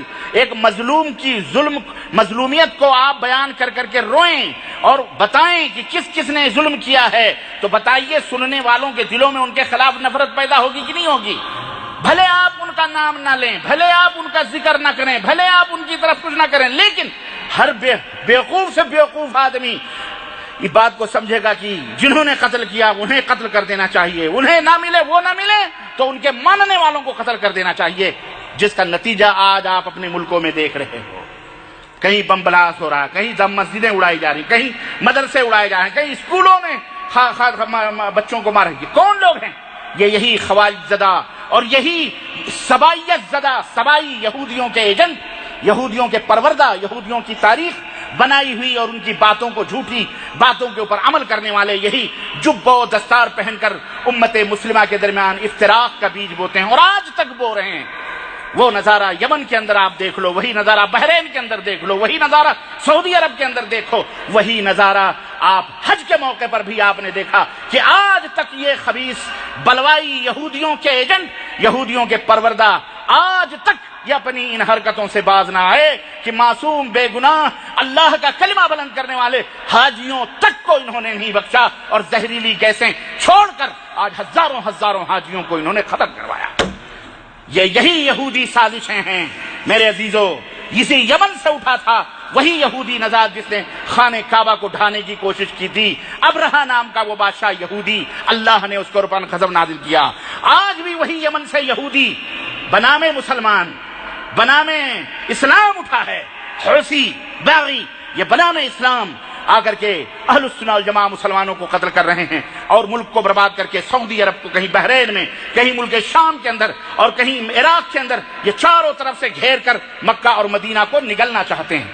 لیکن انشاءاللہ ان کا خواب کبھی شرمندہ تعبیر ہو سکتا اور اللہ تعالیٰ انہیں ذلیل و رسوا فرمائے، اللہ تعالیٰ انہیں ہلاک و برباد فرمائے، اللہ تعالیٰ ان کے اوپر اپنے قہر کی بجلیاں نازل فرمائے، اللہ انہیں ہمیشہ ناکامیوں کی مٹیاں چکھاتا رہے، اللہ انہیں ذلیل و رسوا فرمائے، یہ کبھی کامیاب انہیں اللہ نہ ہونے دے. یہ تاریخ رہی ہے اور یہ بھی میرا موضوع کبھی آئے گا کہ میں بتاؤں گا تاریخی تسلسل کے ساتھ کہ جناب علی کس طرح سے انہوں نے سچے مسلمانوں کو اسلام کا نام لے کر کے کیسے کیسے قتل کیا ہے اور کیسے کیسے تباہ و برباد کیا ہے اور آج تک کر رہے ہیں.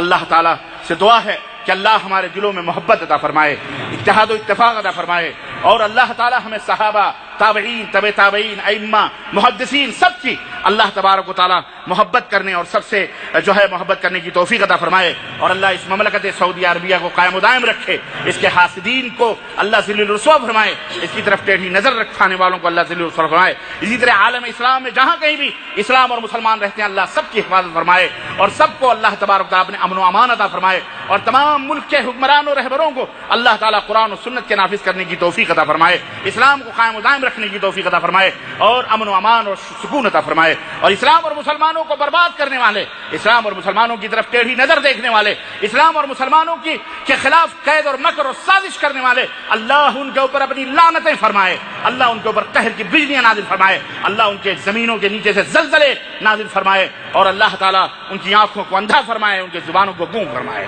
آمین یا رب العالمین. بارک اللہ لنا ولکم فی القرآن العظیم ونفعني وإياكم بالآيات والذكر الحكيم إنه تعالى جواد كريم ملك بر رؤوف رحيم.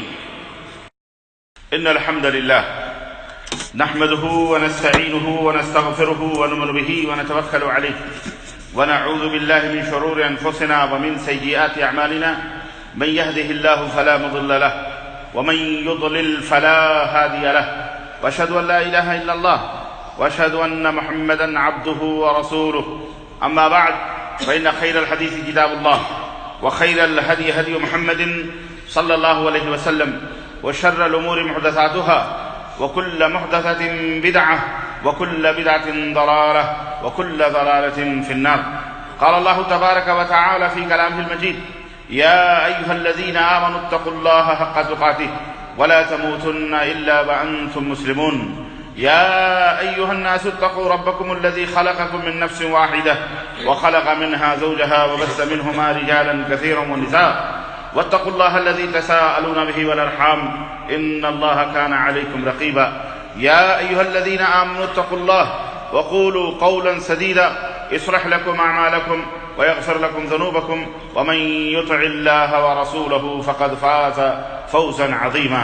اللهم صل على محمد وعلى آل محمد كما صليت على إبراهيم وعلى آل إبراهيم إنك حميد مجيد. اللهم بارك على محمد وعلى آل محمد كما باركت على إبراهيم وعلى آل إبراهيم إنك حميد مجيد.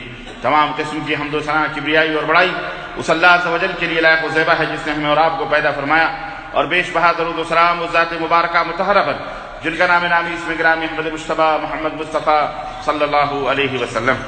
برادران اسلام، نوجوان دوستوں، بزرگوں اور بھائیوں، آج بتاریخ 7 صفر 1437 مطابق 20 نومبر سن 2015 عیسوی کے اس خطبہ جمعہ میں میں اپنے پچھلے موضوع کی تکمیل کرنے کی سعادت حاصل کر رہا ہوں.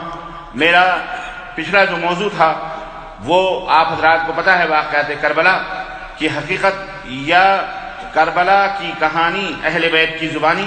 انشاءاللہ تبارک تعالیٰ تاریخی حوالے سے میں نے کچھ حقیقتیں آپ حضرات کی خدمت میں رکھی تھیں، اور سلسلہ وار نبی کریم صلی اللہ علیہ وسلم کی وفات کے بعد خلیفۃ الرسول، اول خلیفہ، سب سے پہلے خلیفہ سیدنا ابوبکر صدیق، اس کے بعد سیدنا عمر فاروق اعظم، اس کے بعد سیدنا عثمان غنی، اس کے بعد سیدنا علی ابن ابی طالب، اس کے بعد سیدنا حسن ابن علی، اور اس کے بعد سیدنا امیر معاویہ رضوان اللہ تعالی علیہم اجمعین.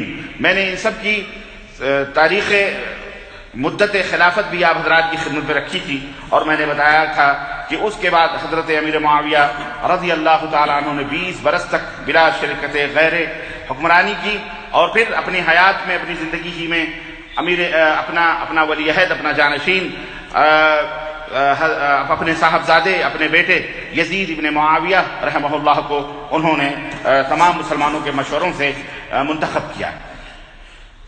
حضرات گرامی قدر، حقیقت یہ ہے کہ کربلا کا جو واقعہ ہے یہ رونما کیسے ہوا، اور اس کے حقائق کیا ہیں، اور اس تعلق سے بہت ساری باتیں جو مسلمانوں کے پاس موجود رہی ہیں، اور حقیقی جو واقعہ ہے، گھر والے کی شہادت سب سے افضل اور سب سے بہترین ہوتی ہے۔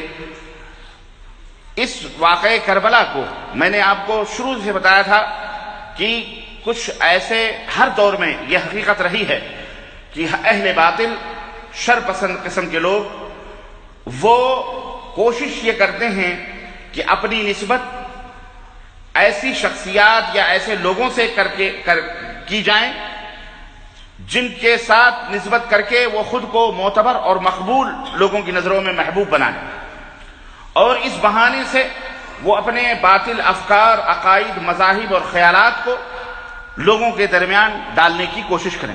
یہ ہر دور میں یہ بات رہی ہے۔ دوست بن کے پیٹھ میں چھرا گھونپنے کی یہ جو تکنیک ہے اور یہ جو سیاست ہے ہر دور میں رہی ہے، اور آج تک وہ سیاست چلی بھی آ رہی ہے۔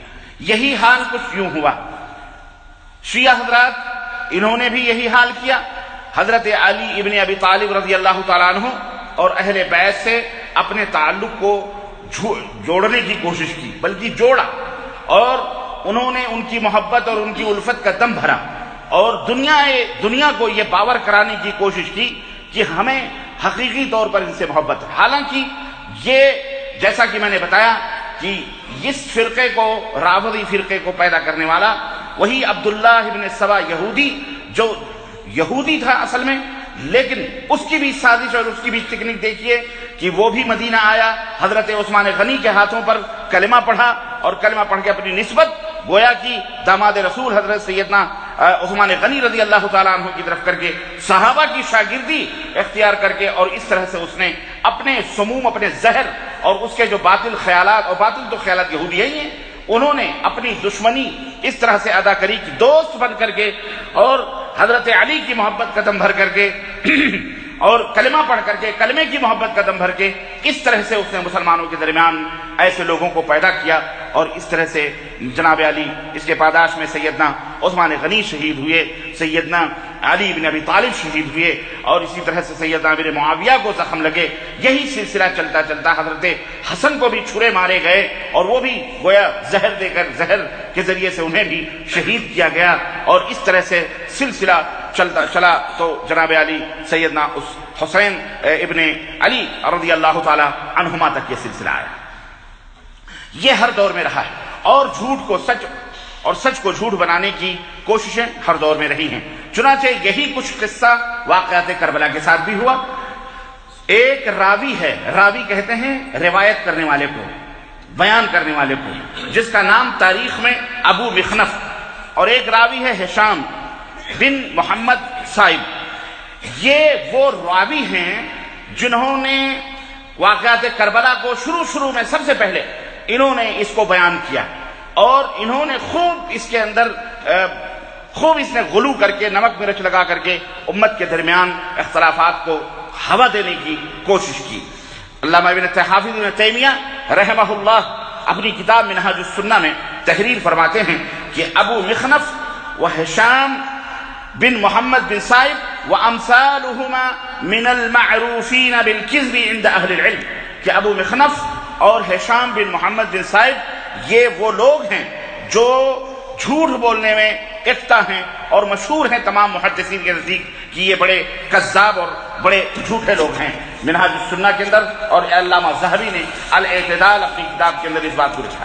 تو ہشام، ابو مخنف اور ہشام، یہ دو راوی ہیں، یہ جس روایت کو بیان کریں یہ سمجھ لو کہ یہ روایت گڑھی ہوئی، جھوٹی موضوع ہے۔ انہوں نے واقعات کربلا کے موضوع پر کتابیں لکھی اور اس کے اندر خوب رتب و یابس اور خوب اپنی طرف سے اپنا بغض نکالنے کی کوشش کی۔ چنانچہ میں آپ کو ایک دو مثالیں آپ کو دیتا ہوں۔ ابو مخنف جو راوی ہے، اس کی اپنی ایک کتاب ہے جس کا نام ہے مقتل حسین رضی اللہ تعالیٰ عنہ۔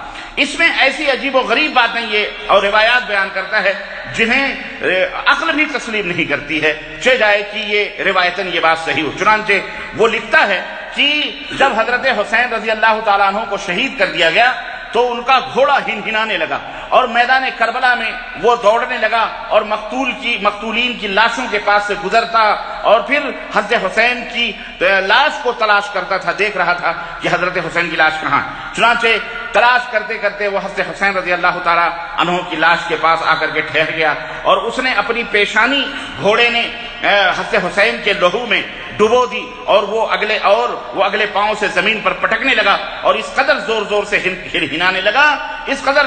ہنہنانے لگا کہ اس کی ہنہناہٹ سے پورا میدان کربلا گونج اٹھا۔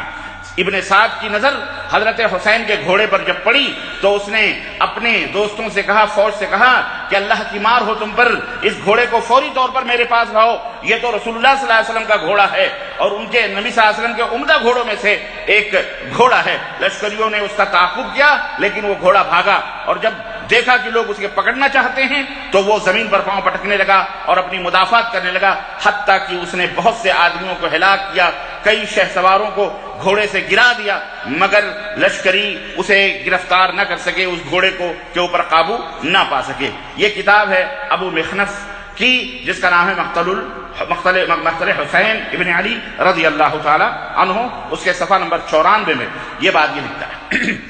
آپ دیکھیے، گھوڑا اگر اتنی ہی بڑا وہ ہوتا تو جناب علی وہ لاشوں کو کیا ضرورت تھی اس کو ڈھونڈنے کی، حضرت حسین کی لاشی کے پاس پہنچ جاتا اور اتنی یعنی اس طرح سے یہ اور پھر پورا میدان کربلا اس کی ہنہناہٹ سے یہ ہو گیا۔ اب اس کو جب باطل پرست لوگ یہ بیچارے بھولے بھالے کیا کہیں، یہ سیانے لوگ ہیں، ان کو تیار کیا گیا ہے مسلمانوں کو برباد کرنے کے لیے، مسلمانوں کو ختم کرنے کے لیے۔ جیسے آج کل آپ دیکھ رہے ہو جو حالات پیدا ہو رہے ہیں مسلمانوں، آج بھی وہی حال ہے۔ یہ داعش اور یہ نصرہ اور یہ تمام سب جو تنظیمیں تحریکیں آج دنیا کے اندر بم بلاسٹ کر رہی ہیں، یہ کون لوگ ہیں؟ ان کے نام مسلمانوں جیسے ہیں لیکن ان کو تیار کرنے والے یہی اسرائیلی ہیں، یہی یہودی، یہی امریکی اور یہی جو ہے دشمنان اسلام ہیں۔ آج اگر سیریا کے اوپر بم بلاسٹ ہو رہا ہے، فرنسا اپنا بدلہ لینے کی کوشش کر رہا ہے، کس کو مار رہا ہے؟ کون سے داعش مارے جا رہے ہیں؟ بے گناہ سنی مسلمانوں کے گھروں کو بسوار کیا جا رہا ہے، سنی گھروں کے مسلمانوں کے اوپر بم بلاسٹ ہو رہا، بمباریاں ہو رہی ہیں۔ جناب علی، یہ کس نے یہ بیج بوئی؟ یہ دراصل یہ ایک سازش ہے، یہ ایرانی سازش ہے، یہ مکمل یہودیت کے ساتھ ملی ہوئی امریکہ نے داعش کو تیار کیا۔ جس طرح سے افغانستان کے اندر امریکہ نے اپنے فوجیوں کو اتارے، اس کی اپنی سیاستیں اور افغانستان کو برباد کیا اور آج تک وہ برباد ہو رہا ہے، اور اسی طرح سے اس کے پڑوسی ملکوں کو برباد کیا جا رہا ہے دہشت گردانہ طریقے سے، اور مسلمانوں کو چین کی نیند نہیں سونے دی جا رہی ہے۔ یہ ساری سازشیں ان میں ملوث ہیں یہی ایرانی ایجنٹ اور یہی شیعہ، یہی رافضی، یہ مکمل طور پر یہ نصیری، یہ خبیث جو جس کا بشار جس کا نام ہے، یہ کون ہے؟ یہ نصیری شیعہ ہے، خبیث یہ شیعہ ہے، یہ رشیوں کے ساتھ مل کر کے، امریکہ کے ساتھ مل کے آج بھی۔ یہ کہنے کا مطلب یہ کہ کوئی یہ اسی زمانے سے شروع سے ہی یا آج تک یہی دہشت گردی اور یہی آتنکوادیت اور یہی ٹیررزم کو فروغ دے رہے ہیں، اور نام ہو رہا ہے کہ جناب علی سعودی عرب کر رہا ہے، مسلمان کر رہے ہیں، سنی لوگ ہیں جو شیعوں کو مار رہے ہیں۔ عراق کو چھین کر کے ایران کے حوالے کیا، کس نے کیا؟ سنیوں نے کیا، انہی امریکیوں نے اور انہی دشمنان اسلام نے کیا۔ اور وہاں بھی سنیوں کو جو مارا گیا، جو پیٹا جا رہا ہے اور جو کاٹا جا رہا ہے، یہ کون کر رہا ہے؟ لیکن نہیں، چور مچائے شور، یہ چور ہیں اور خود ہی شور مچاتے ہیں، اہل السنہ والجماعت کے خون سے ہولی کھیلتے ہیں۔ خیر، عرض کرنے کا مطلب یہ ہے کہ کوئی بھی ہو، قتل و خون غارت گری، بہرحال اسلام اس کو پسند نہیں کرتا۔ کہیں بھی دہشت گردانہ کوئی بھی بے گناہوں کو امن پسند، یعنی باقاعدے بہت سارے اس کے اصول اور ضابطے ہیں، نہ کسی کو بیجا طور پر ناحق طور پر کافر کہنے کا حکم دیتا ہے، نہ بیجا طور پر کسی کا خون بہانے کا حکم دیتا ہے، لیکن افسوس اس بات پر ہے کہ یہ تمام سب ٹھیکرے آ کر کے بے گناہ مسلمانوں پر یہ رافضی شیعوں کے کرتوتوں کی وجہ سے اہل السنہ والجماعہ کے اوپر چھوڑے جاتے ہیں، اور جب بات آتی ہے تو کہتے ہیں شیعہ سنی، شیعہ سنی، شیعہ سنیوں کو مار رہے ہیں۔ یہ سب چیزیں فراڈ ہیں، یہ تمام سب چیزیں بیان کرنے کی آ رہی ہیں، اور قتل کون ہو رہا ہے اس کو میڈیا بھی بیان نہیں کرتی۔ الغرض کہنے کا مطلب یہ ہے کہ وہ تلخیاں آج بھی ہم محسوس کر رہے ہیں جو تلخیاں ان رافضی شیعوں نے، ان کوفیوں نے حضرت علی کے ساتھ کیا، حضرت حسن کے ساتھ کیا، حضرت امیر معاویہ کے ساتھ کیا، حضرت حسین کے ساتھ کیا، اور نام اہل بیت کا، اہل بیت کی محبت ہے، علی کی محبت ہے، بھوں بھوں روتے ہیں اپنے سینوں کو خون آلود کا برچھیوں سے اور نہ جانے کس کس سے۔ یہ سب اللہ تعالیٰ کی لعنت ہے جو اللہ انشاءاللہ قیامت تک ان کے اوپر برستی رہے گی انشاءاللہ تبارک تعالیٰ۔ میرے عزیزوں، میرے دوستوں اور بھائیوں، اس لیے میں یہ واقعات کی حقیقت آپ کے ذہنوں میں بٹھانا چاہتا ہوں کہ افسوس تو اس بات کا بھی ہے کہ ہمارے اپنے آپ بھی کچھ سنی کہنے والے سن کر کے ادھر ادھر کی جھوٹی روایتیں، قبر پرست مجاوری کرنے والے، درگاہ پوجنے والے، یہ بھی ان کے ساتھ مل کر کے، اور جناب علی ان کی ہاں میں ہاں، شیعوں کی ہاں میں ہاں، یہ بھی انہی کی پیداوار، لگتا ہے کہ یہ انہی کی پیداوار، کہتے ہیں کہ ہم ان کے خلاف ہیں لیکن بات وہی کرتے ہیں، عقیدے وہی رکھتے ہیں، یہی مولا علی یہ بھی پکارتے ہیں، یا علی مشکل کشا یہی پکارتے ہیں، یا حسین المدد یہی پکارتے ہیں، سب کچھ وہی کرتے ہیں، لیکن نام انہوں نے چینج کیا ہوا۔ تو ہر دور میں یہ بات رہی ہے کہ باطل پرست اور باطل فرقے اور جو ہے قرآن و سنت کے خلاف دشمنان اسلام کی ہمیشہ یہ جد و جہد کوشش رہی ہے کہ انہوں نے ایسی شخصیات کو پکڑا ہوا ہے اور پکڑ کر کے اپنی نسبت اس کی طرف کی ہوئی ہے، اور اس سے محبت قدم بھر کر کے امت محمدیہ کو بیوقوف بنانے کی کوشش کی جا رہی۔ دیکھو ہم بھی مسلمان ہیں، ہم بھی، حالانکہ یہ مسلمان نہیں ہیں۔ اس لیے اس تعلق سے بہت ہی سیدھی سادھی بات میں آپ حضرات کی خدمت کربلا کے واقعات کے تعلق سے جو رکھ رہا ہوں، اس کی حقیقت یہی ہے تاکہ آپ کا ذہن صاف رہے، آپ اپنے دماغوں کو اور ان واقعات کو ذہن میں رکھیں گے تو انشاءاللہ تبارک تعالیٰ کوئی بھی گمراہ نہیں کر سکتا، آپ اس کو منہ توڑ جواب بھی دے سکتے ہیں۔ تو بہرحال اسی طرح سے یہی ابو مخنف شیعہ غالی قسم کا شیعہ جناب علی اپنی کتاب مقتل حسین میں ایک دوسری جگہ لکھتا ہے کہ جب حضرت حسین کی شہادت ہوئی اور نواز رسول کی لاش کربلا کے اندر گری، اس دن آسمان سے خون کی بارش ہوئی۔ اس دن آسمان سے حضرت علی شہید ہوں جو حضرت حسین کے ابا ہیں، خون کی بارش بولو نہ ہو، حضرت حسن شہید ہوں جو حضرت حسین کے بڑے بھائی، خون کی بارش۔ اجی اور تو اور ہے سردار کائنات، تمام نبیوں سے افضل، آدم سے لے کر کے حضرت عیسیٰ تک اور پھر حضرت عیسیٰ قیامت تک آنے والی تمام انسانوں اور جناتوں میں ثقلین کے تاجدار ہمارے اور آپ کے نبی حضرت محمد الرسول اللہ صلی اللہ علیہ وسلم کی وفات ہو، آسمان سے خون تو کیا پانی کی بھی بارش نہ ہو، آسمان سے آنسو بھی نہ ٹپکے۔ دیکھیں غلو، دیکھیں آپ ایک شخصیت، اور میں آپ کو بتاؤں، آپ سب جانتے ہوں گے اس حقیقت کو، یہ وہ فرقے ہیں جنہوں نے، اللہ کی قسم بتلا رہا ہوں کہ انہوں نے رسول اللہ سے بھی زیادہ بلند مقام ان کو عطا کیا، ان کے عقیدے ہیں، اللہ جیسے صفات ان کے اندر تسلیم کرتے ہیں۔ لی خمسۃ اطفی بہا حر الوبا والحاتمہ المصطفیٰ والمرتضیٰ وابناہما والفاطمہ، پاک پنجتن پاک کے عقیدے سے کہتے ہیں ہمارے پاس 5 خنجر پاک ہے، جب بھی ہمارے اوپر مصیبتیں آتی ہیں ہم ان کو پکار لیتے ہیں اور اس طرح سے ساری مصیبتیں ہماری دور ہو جاتی ہیں۔ اللہ سے بھی بڑھ کر کے ان کے بارے میں یہ عقیدہ رکھے جاتے ہیں۔ الغرض اسی قسم کے غالی قسم کے راوی کتابیں لکھ کر کے ان کو مسلمانوں کے ہاتھوں میں دے دی۔ انہوں نے آج 1300 برس پہلے، 1200 برس پہلے یہ کتابیں لکھی گئی، کس کو پتا ہے کس نے کیا لکھا؟ کل کا واقعہ ہوتا ہے صحیح ڈھنگ سے کوئی بیان نہیں کر پاتا ہے جناب علی۔ یہ ابو مخنف وہاں تھا کیا؟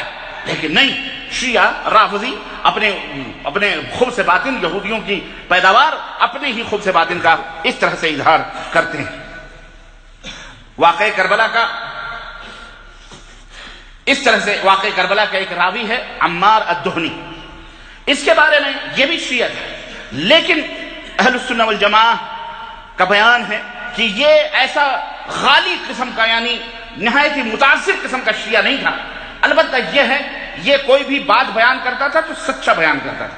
اس نے بھی واقع کربلا کو بیان کیا ہے. علامہ ابن حجر عسقلانی رحمۃ اللہ علیہ اپنی کتاب تقریب التہذیب جو اسماء الرجال کی کتاب ہے اس کے صفحہ نمبر 152 میں 152 میں لکھتے ہیں کہ صدوق یتشیع، یہ بہت بڑا سچا آدمی تھا وہ شیعہ لیکن وہ سچ بولتا تھا.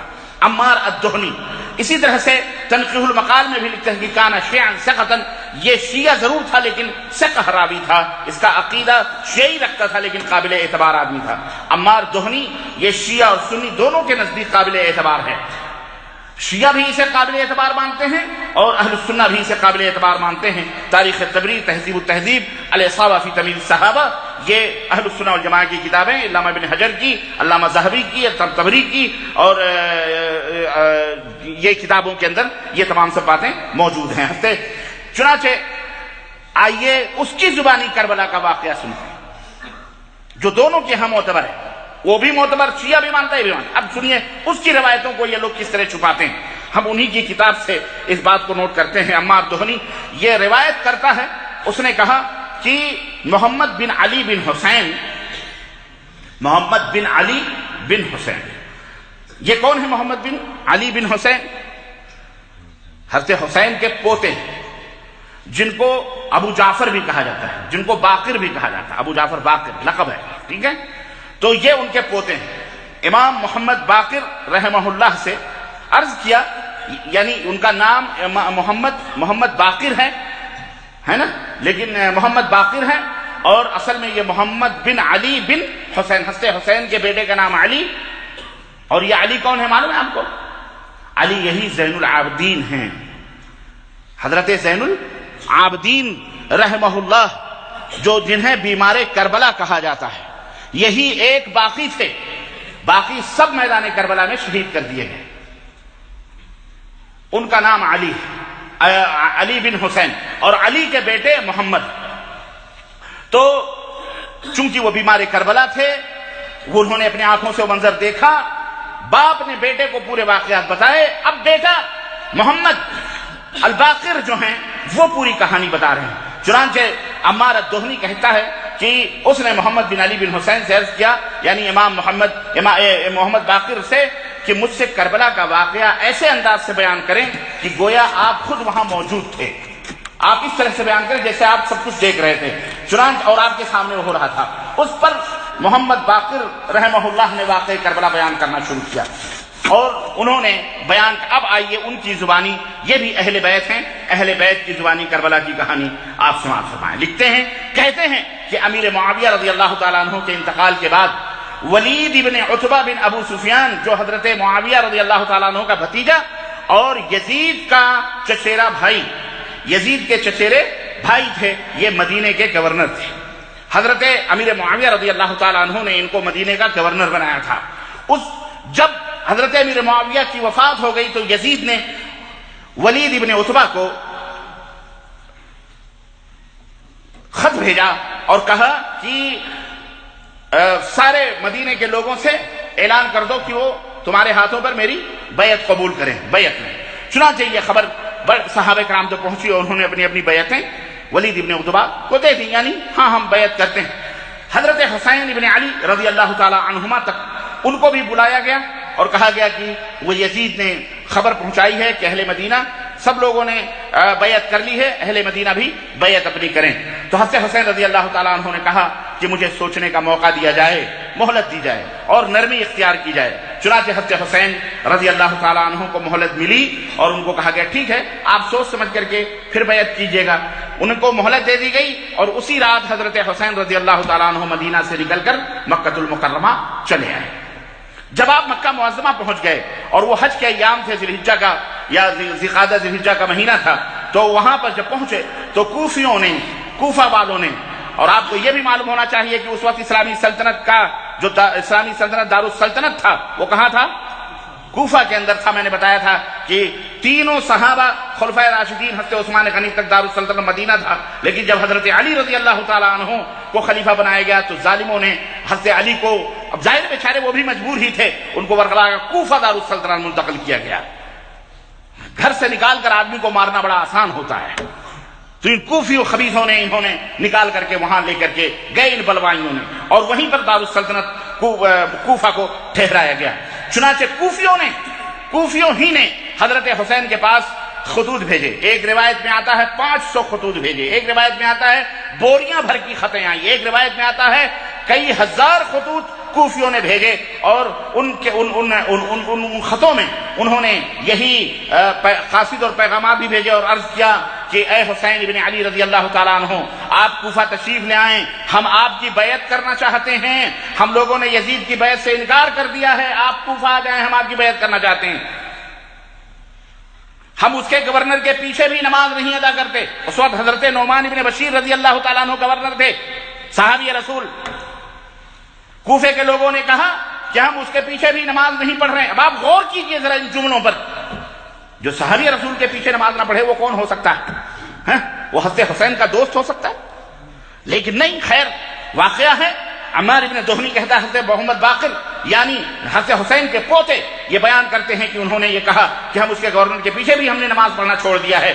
اس وقت کوفہ کے گورنر حضرت نعمان ابن بشیر رضی اللہ تعالیٰ عنہ، جب کوفیوں کی طرف سے اس قسم کے پیغامات آئے تو حضرت حسین رضی اللہ تعالیٰ عنہ، ظاہر ہے کہ وہ نارمل آدمی، بڑے 59 برس، ایک کم 60 برس کے جو ہے آدمی تھے، کوئی بچے نہیں تھے، کوئی چھوٹے نہیں تھے، ہوشیار تھے، عقل پختہ ہو چکی تھی، ایک کم 60 برس کی حضرت حسین کی عمر تھی رضی اللہ تعالیٰ عنہ۔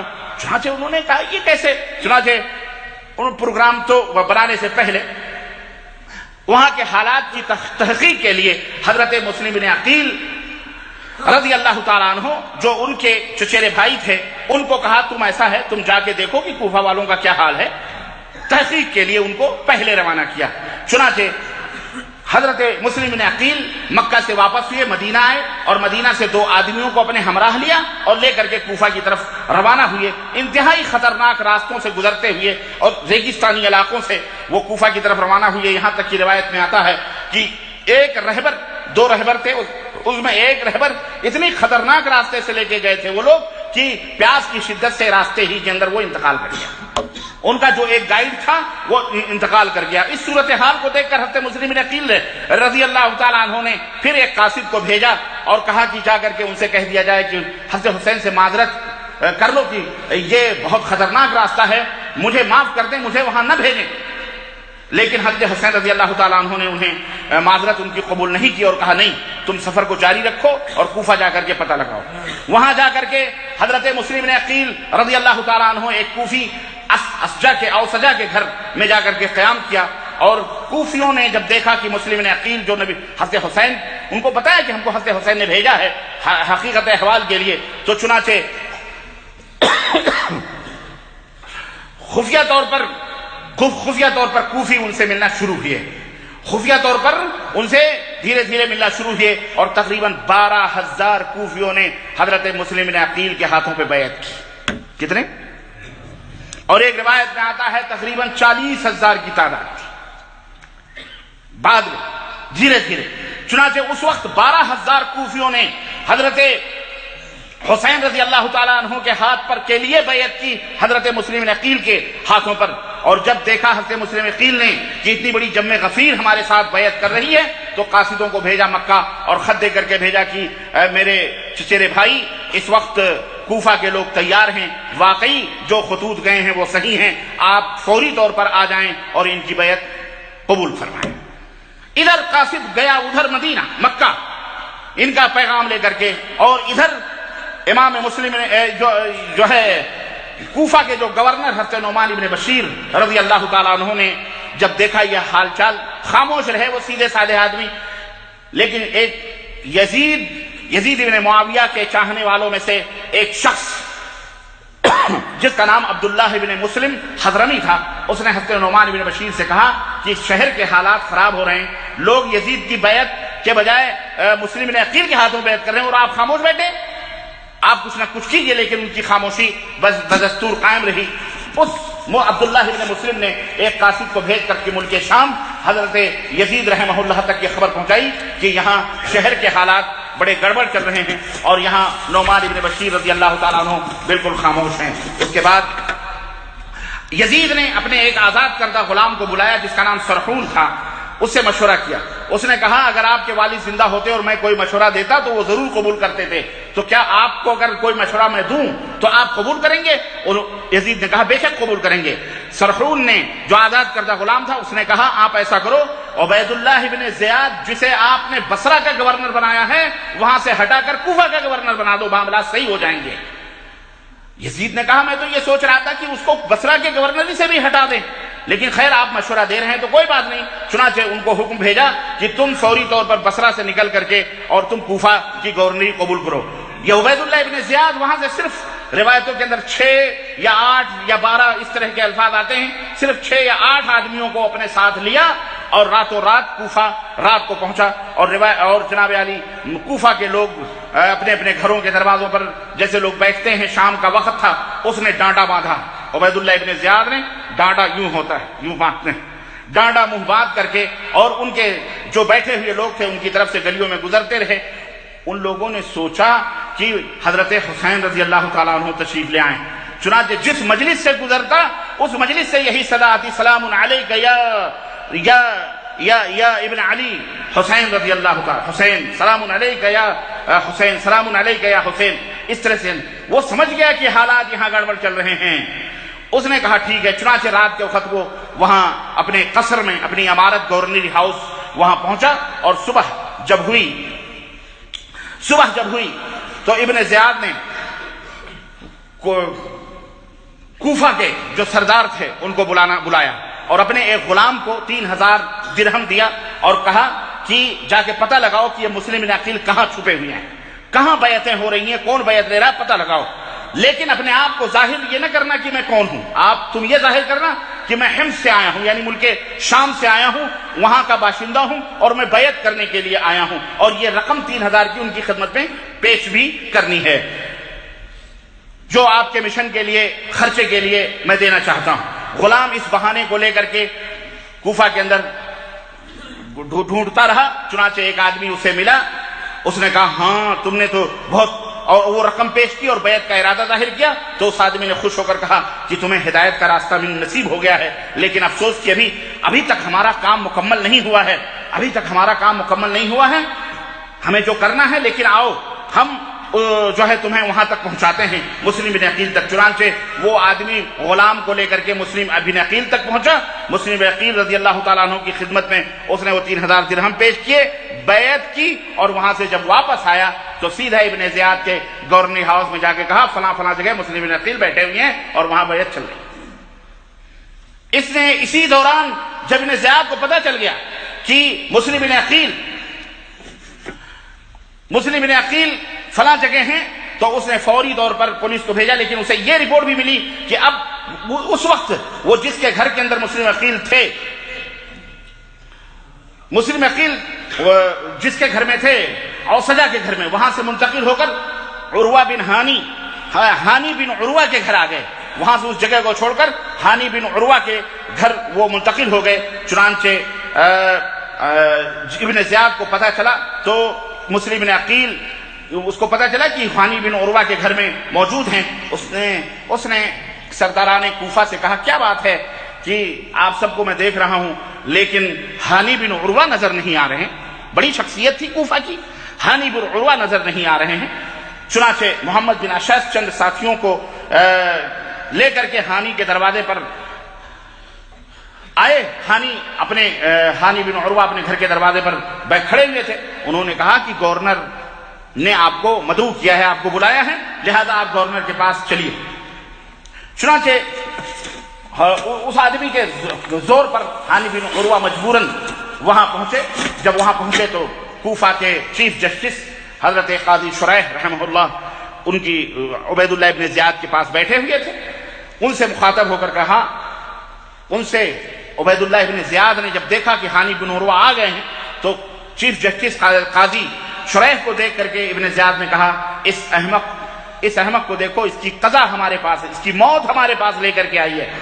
ہانی نے سلام کیا، ابن زیاد نے کہا یہ بتاؤ مسلم بن عقیل کہاں ہیں؟ مسلم بن عقیل کہاں ہیں؟ ہانی بن عروہ نے کہا مجھے علم نہیں ہے، مجھے علم نہیں ہے۔ اس پر عبید اللہ ابن زیاد نے 3000 والے درہم کو ان کے سامنے کھڑا کر دیا۔ جو 3000 درہم دے کے آیا تھا اس کو ان کے سامنے کھڑا کر دیا، کہا اب بتاؤ مسلم بن عقیل کہاں ہیں؟ ہانی بن عروہ چپ ہو گئے، لاجواب ہو گئے، اور اس نے کہا کہ میں نے ان کو نہیں بلایا، وہ خود بخود میرے گھر میں آئے، وہ خود بخود میرے گھر میں منتقل ہوئے ہیں۔ ابن زیاد نے کہا اس کو حاضر کرو۔ اس پر ہانی بن عروہ نے پس و پیش شروع کری۔ ابن زیاد نے اپنے قریب بلایا، اس کے ہاتھ میں ایک چھڑی تھی اور اتنی زور سے اس کے منہ پہ چھڑی ماری کہ اس کا ہونٹ جو ہے پھٹ کر کے خون بہنے لگا اور بھویں چڑھ گئی۔ عبید اللہ ابن زیاد نے تلوار نکالی کہ اس کو قتل کر دیں، لیکن لوگوں نے اس کو روکا کہ ابھی معاملہ گرم مت کریں، ابھی جو کچھ بھی ہے۔ چنانچہ ان کو کہا کہ ان کو قید کر دو قید خانے کے اندر، جب تک یہ مسلم بن عقیل کو یہ حاضر نہ کرے۔ جب ہانی بن عروہ ایک بڑے قبیلے کے سردار تھے، معروف تھے، جب ان کے لوگوں کو پتہ چلا کہ اس طرح سے قصر کے اندر گورنر ہاؤس میں ہوا ہے، تو ان کے قبیلے کے لوگوں نے قصر امارت پر حملہ کر دیا۔ حملہ کس طرح سے کہ لوگوں کو اکٹھا کرنا شروع کیا اور اس طرح سے حملہ کر دیا۔ ابن زیاد نے چیف جسٹس کوفہ قاضی شریح رحمہ اللہ کو ان کو کہا کہ جا کر کے ان کو سمجھاؤ اور ان کو بتاؤ کہ ہماری دشمنی تم سے نہیں ہے، مسلم ابن عقیل کو حاضر کر دیا جائے، ہم نے ہانی کو تحقیق کے لیے روک رکھا ہے، قید میں رکھا ہے نا، مسلم بن عقیل کی تلاش اور جستجو ہمیں ہے بس، اور تم سے ہماری کوئی دشمنی اور کوئی وہ نہیں۔ قاضی شریح کے ساتھ ایک غلام کو بھی بھیجا کہ دیکھو یہ لوگوں کو کیا کہتے ہیں۔ قاضی شریح لوگوں کی طرف جاتے ہوئے ہانی کے پاس سے بھی گزرے تو ہانی نے کہا کہ میرے بارے میں اللہ سے ڈرنا، زیاد مجھے قتل کرنا چاہتا ہے۔ قاضی شریح نے ابن زیاد کی بات کہہ کر مطمئن کر دی کہ میں صرف یہ کہنے جا رہا ہوں کہ ابن زیاد نے کہا ہے کہ وہ آپ کو صرف تحقیق کے لیے روکا گیا ہے۔ چنانچہ بہرحال مسلم بن عقیل ادھر تو انہوں نے یہ اعلان کیا، ادھر حضرت مسلم بن عقیل رضی اللہ تعالیٰ عنہ کو جب اس ہنگامے کا علم ہوا تو انہوں نے خروج کیا۔ خروج مطلب یعنی انہوں نے بغاوت کا جھنڈا بلند کیا، اور چنانچہ 4000 لوگ، اور بعض روایتوں میں آتا ہے 40,000 کے لوگ حضرت مسلم بن عقیل کے ارد گرد جمع ہو گئے، اور اس طرح سے جنگی طریقے سے ترتیب دے کر گورنر ہاؤس کی طرف وہ روانہ ہوئے، اور پھر صبح ہی سویرے گورنر ہاؤس کو گھیر لیا گیا۔ ابن زیاد کو اطلاع ہوئی تو اس نے سرداران قریش سے کہا کہ جا کر کے ان کو بتاؤ، ان کو سمجھاؤ اور ان کو کہو اگر جسے اپنے بچوں کو یتیم کرنا ہے، جن عورتوں کو رانڈ ہونا ہے یعنی بیوہ ہونا ہے، جنہیں اپنے بال بچوں سے محبت نہیں ہے، وہ یہاں رہیں، ورنہ سیدھے یہاں سے نکل جائیں، ورنہ ایک ایک کی تکہ بوٹی اڑا دی جائے گی۔ آپ غور کریں ذرا اس واقعے پر، اس کے پاس کوئی فوج نہیں تھی عبید اللہ ابن زیاد کے پاس، زیادہ سے زیادہ 6 آدمی یا 12 آدمی تھے گورنر ہاؤس میں، اور یہاں لوگ کتنے تھے؟ 12 سے 4000، بعض روایتوں میں 12,000، بعض روایتوں میں 40,000 ہے نا، اتنے لوگ تھے۔ اور یہ ہمارے دور کا زمانہ نہیں ہے کہ جناب علی کسی کے پاس ہتھیار نہیں، ایک چاقو بھی نہ ملے، پولیس تلاشی کر کے نوچ لے۔ وہ زمانہ تھا کہ جب چھوٹے سے چھوٹے آدمیوں کے پاس بھی تلوار، خنجر، تیر، تفنگ ہوا کرتے تھے، ہوتے تھے کہ نہیں ہوتے تھے؟ وہاں اسلحے کے عرب چلتے تھے، وہ اسلحے والے ہوتے تھے۔ عبید اللہ ابن زیاد کو صرف پھونک دیتے تو اڑ جاتا وہ، لیکن ایک ذرا سی گیدڑ بھبکی اس کو کہہ لیں یا اس کی وارننگ کہہ لیں عبید اللہ ابن زیاد کی، ان بزدل کوفیوں نے کیا حشر کیا پتہ ہے آپ کو؟ تاریخ میں آتا ہے 40,000 یا 12,000 یا 4,000 کجم میں غفیر گورنری ہاؤس کو گھیرے ہوئے تھا، مسلم بن عقیل اس کی قیادت کر رہے تھے۔ ظہر کی نماز پڑھی گئی، عبید اللہ ابن زیاد نے اعلان کیا، سرداران کوفہ نے جا کر کے اعلان کیا کہ دیکھو یہ تمہارا حشر ہو جائے گا، اس لیے عزت کے ساتھ چلے جاؤ اپنے گھروں کو۔ عصر تک روایتوں کے اندر آتا ہے عصر تک 40 کے بجائے 4,000 لوگ رہے، اور پھر مغرب تک مسلم عقیل کے پیچھے 3 صفیں تھیں نماز پڑھنے والوں کی، اور جب عشاء کا ٹائم ہوا تو اس وقت جب سلام پھیرا مسلم عقیل نے تو سارے کوفی انہیں تنے تنہا چھوڑ کر کے بھاگ، کوئی ان کے پیچھے مدد کے لیے کھڑا ہوا نہیں تھا۔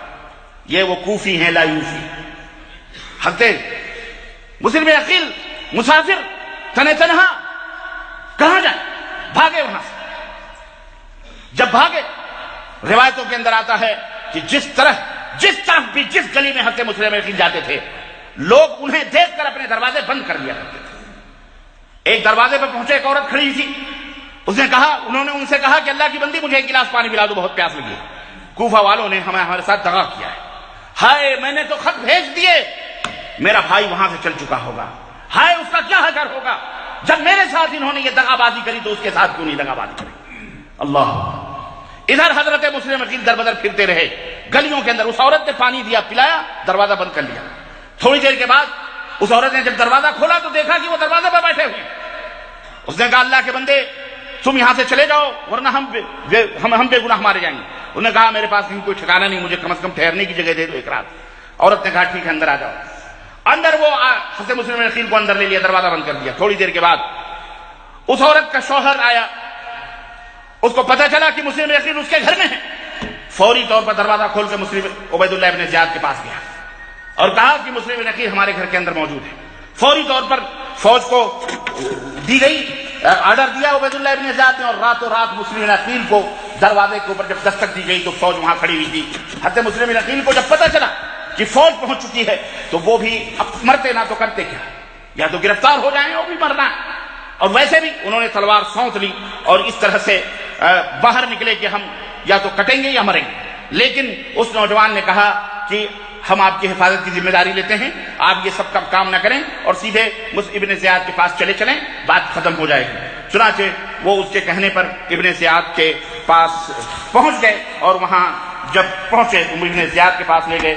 چنانچہ ابن زیاد نے حکم دیا کہ مسلم عقیل کو اس گورنی ہاؤس کے چھت کے اوپر لے جا کر کے قتل کر دیا جائے.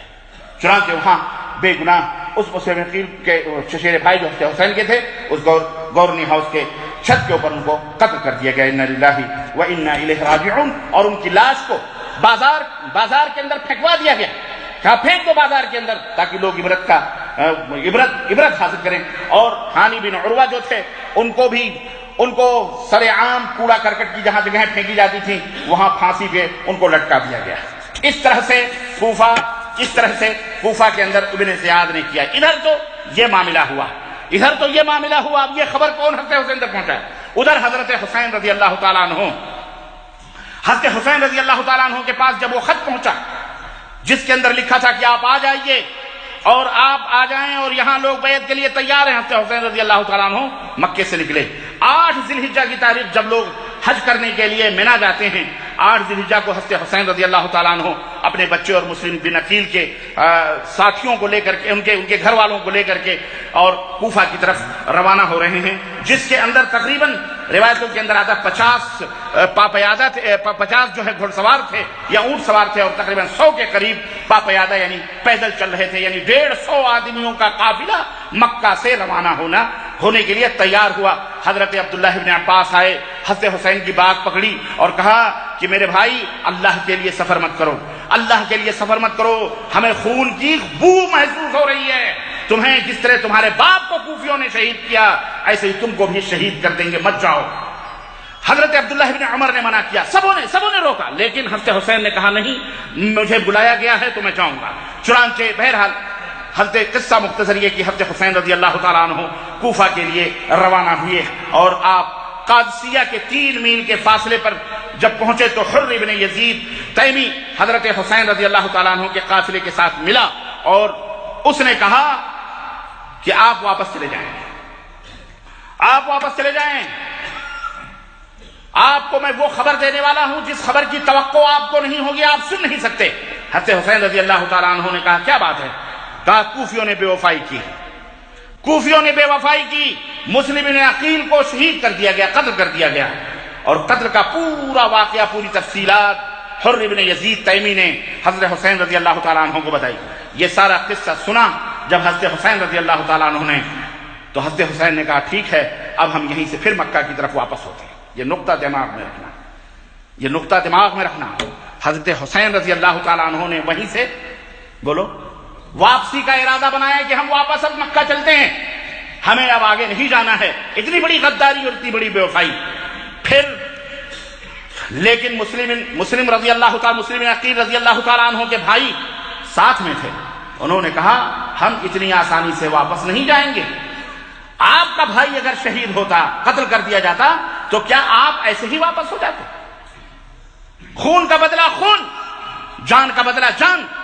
ہمارے بھائی کو قتل کیا ہے کوفیوں نے، ہم اس کا بدلہ لیں گے، ہم اس کا بدلہ لیں گے. آپ کو واپس جانا ہے جائیے، لیکن ہم واپس نہیں جائیں گے، ہم کوفہ جائیں گے. حضرت حسین نے جب یہ معاملہ دیکھا تو کہا تمہارے بغیر اب زندگی کا لطف ہی نہیں رہا، اس لیے سب کو لے کر وہ کوفہ کی طرف روانہ ہو گئے. اور آپ کو ابن زیاد کا پہلا دستہ فوج کا بارڈر کے اوپر نظر آیا تو آپ نے وہاں سے تھوڑی طرف رخ موڑ کر کے کربلا کی طرف رخ کر دیا. آپ کربلا پہنچے، وہاں آپ نے خیمہ نصب کیا. اس وقت آپ کے ساتھ 45 سوار اور 100 کے قریب پیدل لوگ تھے. اس وقت ابن زیاد نے عمرو بن سعد کو بلایا، عمرو بن سعد، اور کہا کہ آپ حسین ابن علی رضی اللہ تعالی عنہ کے ساتھ ان کے سلسلے میں میری مدد کریں اور آپ ہمارے پیغام کو ان تک پہنچائیں اور لے جائیں. عمر بن سعد نے منع، کہا نہیں میں اس جھمیلے میں نہیں پڑنا چاہتا، مجھے آپ معاف کریں. لیکن ابن زیاد نے کہا نہیں آپ یہ کام کریں گے. انہوں نے کہا ٹھیک ہے، مجھے رات بھر سوچنے کا موقع دیا جائے. چنانچہ عمر بن سعد سوچنے کے بعد انہوں نے آمادگی کا اظہار کیا اور اس طرح کربلا میں حضرت حسین رضی اللہ تعالیٰ عنہ کی خدمت میں عمر بن سعد حاضر ہوئے. پوری کیفیت حضرت عمر بن سعد نے ان کے سامنے عمر بن سعد نے بیان کی کہ یہ کیفیات ہیں، ایسی صورت میں آپ اپنا فیصلہ سنائیں. تو حضرت حسین رضی اللہ تعالیٰ عنہ نے کہا کہ ایسا ہے کہ میری 3 تجویزیں ہیں. عبید اللہ ابن زیاد سے جا کر کے کہہ دو میری یہ 3 تجویزیں ہیں، اگر یہ 3 تجویزیں مانتے ہیں تو ٹھیک ہے، ورنہ پھر اللہ کے حوالے. چنانچہ وہ 3 تجویزیں حضرت حسین نے، اور جو بہایت ہی معقول تجویزیں تھیں. ایک تجویز اس میں یہ تھی کہ مجھے کسی اسلامی سرحد پر جانے دو، میرا راستہ چھوڑ دیا جائے، میں کسی اسلامی سرحد پر جاؤں گا، وہاں پہ اللہ کی راہ میں شہید ہو جاؤں گا، یا جو ہوگا دیکھا جائے. نمبر 2، یا مجھے موقع دو، میرا راستہ چھوڑ دو اور مجھے موقع دو، مجھے ملک شام جانے دو، یزید کے ہاتھوں پر میں بیعت، وہاں اس کے ہاتھ میں ہاتھ اپنا دے دوں گا اور وہاں بیعت کر لوں گا. تیسرا آپشن یہ ہے اگر یہ دونوں تمہیں منظور نہیں ہے تو پھر مجھے مدینہ واپس جانے دو، جہاں سے میں آیا ہوں میں وہاں واپس چلا جاؤں. چنانچہ حضرت عمرو بن سعد یہ تینوں آپشنز لے کر کے عبید اللہ ابن زیاد کے پاس پہنچے اور عبید اللہ ابن زیاد کے سامنے یہ تجویز رکھی. عبید اللہ ابن زیاد نے کہا، اور اس کے جتنے بھی مشیر کار تھے انہوں نے کہا یہ تجویز ناقابل قبول ہے، حسین کو بولو سب سے پہلے مجھ سے بیعت کریں، اس کے بعد یزید کی بیعت. یہاں آ کر کے معاملہ پھنسا اور اسی بنیاد پر لڑائی شروع ہوئی. یہی جنگ کی بنیاد ہے. یہاں لوگ نہ جانے کیسے کیسے بھون بھون روتے ہیں، قصے بیان کرتے ہیں، یزید نے مارا فلان. میاں اس کربلا کے میدان میں جاؤ، تاریخ کا کوئی بھی، یہ جھوٹے خبیث کی بات الگ ہے، ایک بھی شامی فوج نہیں تھی، ایک بھی شامی فوج کا ایک بندہ بھی نہیں تھا، سارے کے سارے کوفی تھے. سارے کے سارے کون تھے؟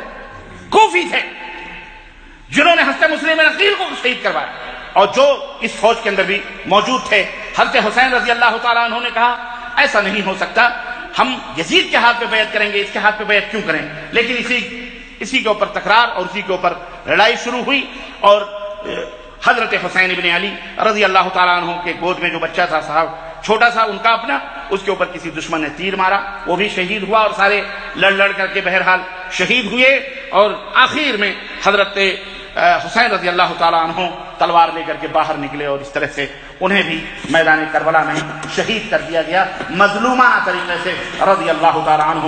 انا للہ و انا الیہ راجعون. اور جس شخص نے حضرت حسین رضی اللہ تعالیٰ عنہ جس شخص کے ہاتھوں شہید ہوئے وہ بھی کون تھا؟ یہی ہانی ابن عروہ کے قبیلے کا آدمی، قبیلے مزہج کا آدمی تھا، جس نے حضرت حسین ابن علی رضی اللہ تعالی عنہ کا قتل کیا اور جس نے قصر عمارت پر چڑھائی کروائی تھی. چنانچہ یہی وہ شخص تھا جو آپ کے سر کو تن سے جدا کر کے ابن زیاد کے پاس لے گیا اور پھر وہاں سے وہ سر مبارک یزید ابن معاویہ روایتوں کے اندر آتا ہے وہ پہنچا دیا گیا. ادھر عمر ابن سعد بھی حضرت حسین رضی اللہ تعالیٰ عنہ کے پورے خاندان کو، جو عورتیں بچے جو باقی بچے تھے ان کو لے کر ابن زیاد کے پاس پہنچے. ان کا صرف ایک لڑکا علی ابن حسین یعنی جن کو زین العابدین کہا جاتا ہے رضی اللہ تعالیٰ عنہ وہی بچے تھے جو اس روایت کے راوی. یہ جو روایت آپ نے سنی ہے ابو جعفر باقر کے والد تھے، یعنی حضرت حسین کے بیٹے اور حضرت باقر کے یہ باپ. یہ پوری روایت الاصابہ فی تمیز صحابہ علامہ ابن حجر عسقلانی رحمۃ اللہ علیہ کی کتاب کے اندر موجود ہے. تاریخ طبری کے اندر اتنا اور زیادہ ہے کہ سنان ابن انس اشجعی نے حضرت حسین کی گردن کو جسم سے جدا کیا اور حضرت حسین کو شہید کیا. اور خولی الاصبحی نے جو کوفی تھا اس نے سر کو کاٹا. یہ بھی تاریخ طبری کے اندر موجود ہے. اور وہ شعر پڑھنے لگا, کہنے لگا اوقر رکابی فضة وذهبا قد قتلت الملك المحجب قتلت خیر الناس اما وابا قتلت خیر الناس اما وابا وخیرهم اذ ينتسبون نسبا. کہ اے لوگوں میرے اونٹ کو سونے اور چاندی سے بھر دو. میں نے ایسے بادشاہ کو قتل کیا ہے جس تک رسائی بہت مشکل ہے. میں نے ایسے انسان کو مارا ہے جس کے ماں اور باپ سب سے افضل ہیں اور نسب کے اعتبار سے سب سے بہتر ہیں. جس کمینے نے حضرت حسین کو شہید کیا تھا اس کا یہ شعر تھا. وہ شعر کہتے ہوئے فخر کر رہا تھا. الغرض میرے عزیزو, کوفہ مکمل طریقے سے جس طرح مدینہ بلوائیوں کا اڈا بن چکا تھا, کوفہ بھی مدائیوں بائی. اور یہ سارے یہودی سازشیں ابن سبائی گروپ, سبائی ابن سبا کی تیار کردہ یہ لوگ تھے جو چاروں طرف سے وائرس کی طرح پھیلے ہوئے تھے. جس طرح آج اس دنیا کے اندر چلا رہے ہیں لوگ کہ جناب کوئی القاعدہ چلا رہا ہے, کوئی داعش چلا رہا ہے, کوئی نصر چلا رہا ہے, کہ اسی طرح سے اس کے وائرس وہ دیکھو پاکستان میں پہنچے ہوئے, وہ دیکھو ہندوستان میں, وہ دیکھو برطانیہ میں, وہ دیکھو امریکہ کے اندر, سارے اس کے وائرس پھیلے ہوئے ہیں. یہ سبائی گروپوں کے وائرس اسی وقت سے پورے ملت اسلامیہ کو اندرونی طور پر کھوکھلا کر رہے تھے اور آج تک یہ کھوکھلا کر رہے ہیں. اور یہی وہ کڑیاں ہیں جو آج تک ہم لوگ اس تلخی کو محسوس کر رہے ہیں اور اس کو کر رہے ہیں. اس میں کوئی شک نہیں. حضرت حسین رضی اللہ تعالیٰ عنہ مظلومانہ طور پر شہید ہوئے, ہم سب کو اس کا افسوس ہے اور ہم ان کے لیے دعا کرتے ہیں کہ اللہ تعالیٰ انہیں شہادت کا اعلیٰ مقام عطا فرمائے. وہ سیدہ شباب اہل الجنہ ہیں, اہل جنت کے جوانوں کے وہ سردار ہیں. ان کی والدہ سیدۃ النساء ہیں, تمام عورتوں کی سردار ہیں. ان کا مقام اللہ کے نبی صلی اللہ علیہ وسلم انہیں سونگھا کرتے تھے اور کہتے جنت کے یہ پھول ہیں. ان کی عزت, ان کا احترام, ان کی تقریب ہمارے ذہنوں میں ہمارا عقیدہ اور ہمارا منہج ہے یہ کہ ہم تمام اہل بیت اور تمام صحابہ کرام سے بے عینی محبت کریں, اسی طرح سے جس طرح ہم رسول اللہ صلی اللہ علیہ وسلم سے محبت کرتے ہیں. ہم ان کی عزت و تکریم کرتے ہیں, لیکن ان کی عزت و تکریم میں اتنا غلو نہیں کرتے کہ دوسرے کی توہین کریں, دوسرے کو کافر کہیں, دوسرے کو شرابی اور کاذب اور نہ جانے کیا کیا بنائیں اور امت کے درمیان تفرقہ پیدا کرنا. ہمارا عقیدہ تمام اہل بیت اطہار اور تمام صحابہ کرام رضوان اللہ علیہم اجمعین سارے کے سارے اللہ کے بندے ہیں. غلطی, خطا اور ثواب دونوں کے متحمل ہیں. وہ نبی نہیں, وہ رسول نہیں. ان سے بھی خطا ہو سکتی ہے, غلطی ہو سکتی ہے اجتہادی طور پر, تو ہم انہیں معصوم نہیں سمجھتے, ہم انہیں امام معصوم نہیں سمجھتے کہ نعوذ باللہ استغفر اللہ وہ سب سے بلند نہیں, بلکہ بہرحال وہ بھی انسان ہیں, ان سے بھی چوک ہو سکتی ہے, خطا ہو سکتی ہے, لیکن بہرحال وہ صحابہ ہیں. ہمارا عقیدہ ہے کہ صحابہ جیسا کہ کلہم عدول, تمام صحابہ جو ہے یہ عدل و انصاف کے اوپر قائم ہیں. حضرت حسین بھی عدل و انصاف پہ قائم تھے. انہیں شہید نہیں کرنا تھا عبید اللہ ابن زیاد کی زیادتی یا عبید اللہ ابن زیاد کے فوجیوں میں جو سبائی موجود تھے, جو چمن رسالت تھے, ایک ایک پھولوں کو نوچ رہے تھے اور نوچ کر کے ختم کر دینا چاہ رہے تھے. نبی کریم صلی اللہ علیہ وسلم کے خاندان نبوت کو مٹا دینا چاہ رہے تھے. حضرت علی کو شہید کیا گیا, حضرت عثمان کو شہید کیا گیا, حضرت حسن کو شہید کیا گیا, اور اسی طرح سے دوسرے لوگوں کو یہ لوگ شہید کر رہے تھے. بلوائی یہی سبائی تھے جنہوں نے سوچا کہ نام و نشان مٹا دیا جائے محمد الرسول اللہ صلی اللہ علیہ وسلم کا, اور پھر نام و نشان خود ہی مٹا کر مسلمانوں کے اوپر تھوپ دیا گیا. یہی لوگ تھے جو قتل کرنے والے ہیں, خود چھپ گئے اور ان کو تھوپ دیا گیا. اب فوج ہے, لشکر ہے, اتنے لوگ بیٹھے ہو, نہ جانے اس میں کون ہمارا دوست ہے کون ہمارا دشمن ہے. کوئی کھڑا ہو کر کے شوٹ کر دے تو آپ کیا کر سکتے ہو؟ کہیں گے کہ بلدیہ کی مسجد والوں نے شوٹ کیا ہے. نہیں, وہ دشمنان اسلام ہر دور کے اندر موجود رہے اور ہر دور کے اندر کچھ بھی کر سکتے ہیں. تو میرے عزیزو وہی دشمنان اس فوج کے اندر موجود تھے جنہوں نے یہ تمام سب حرکتیں کی. چنانچہ پھر حضرت حسین رضی اللہ تعالیٰ عنہ کے افراد خانہ جو تھے ان کا قافلہ یزید کے پاس پہنچا. درباریوں نے فتح کی مبارکباد دی. یزید ابن معاویہ رونے لگے, کہنے لگے اللہ میں حسین کے خون سے بری ہوں, میں نے ابن زیاد کو قتل کرنے کا حکم نہیں دیا ہے. ابن زیاد نے یہ ذاتی کری ہے, ابن زیاد نے قتل کروایا ہے. بہرحال ایک شخص دربار میں سے کھڑا ہوا, اس نے کہا یہ لڑکی میرے حوالے کر دیجئے, میرا نکاح اس سے کر دیجئے. یزید تو فوراً زینب بنت علی کھڑی ہوئی اور انہوں نے کہا قسم ہے اللہ کی یہ کبھی نہیں ہو سکتا, یہاں تک کہ یزید دین الہی سے پھر جائے. یعنی یزید یہ کبھی اس بات کی اجازت نہیں دیں گے کہ اس بندے سے اس بچی کی شادی کر دی جائے. بہرحال جب دوبارہ اس شخص نے کہا تو یزید نے اس کو بڑی تیزی سے ڈانٹا اور کہا خاموش, اور اس طرح سے کہا ان سب کو محل کے اندر پہنچا دیا جائے. محل کے اندر سے بھی رونے کی آوازیں, گریا کی آوازیں آنے لگیں. بہرحال نہایت ہی تحفے اور تحائف اور ہدایہ دے کر کے پھر حضرت یزید رحمہ اللہ نے لوگوں کے کلیجے پھٹ رہے ہیں. جب میں یہ کہوں گا یزید رحمہ اللہ کلیجے پھٹیں گے اور ان کو تکلیف ہوتی ہوگی. کیوں؟ اس لیے کہ انہوں نے پدیوں کے روایتوں کے اوپر بھروسہ کر کے حضرت یزید کو بھی فاسق, فاجر, شرابی, زانی اور نہ جانے کیا چاہیے. ہمارے سنی اپنے آپ کو کہنے والے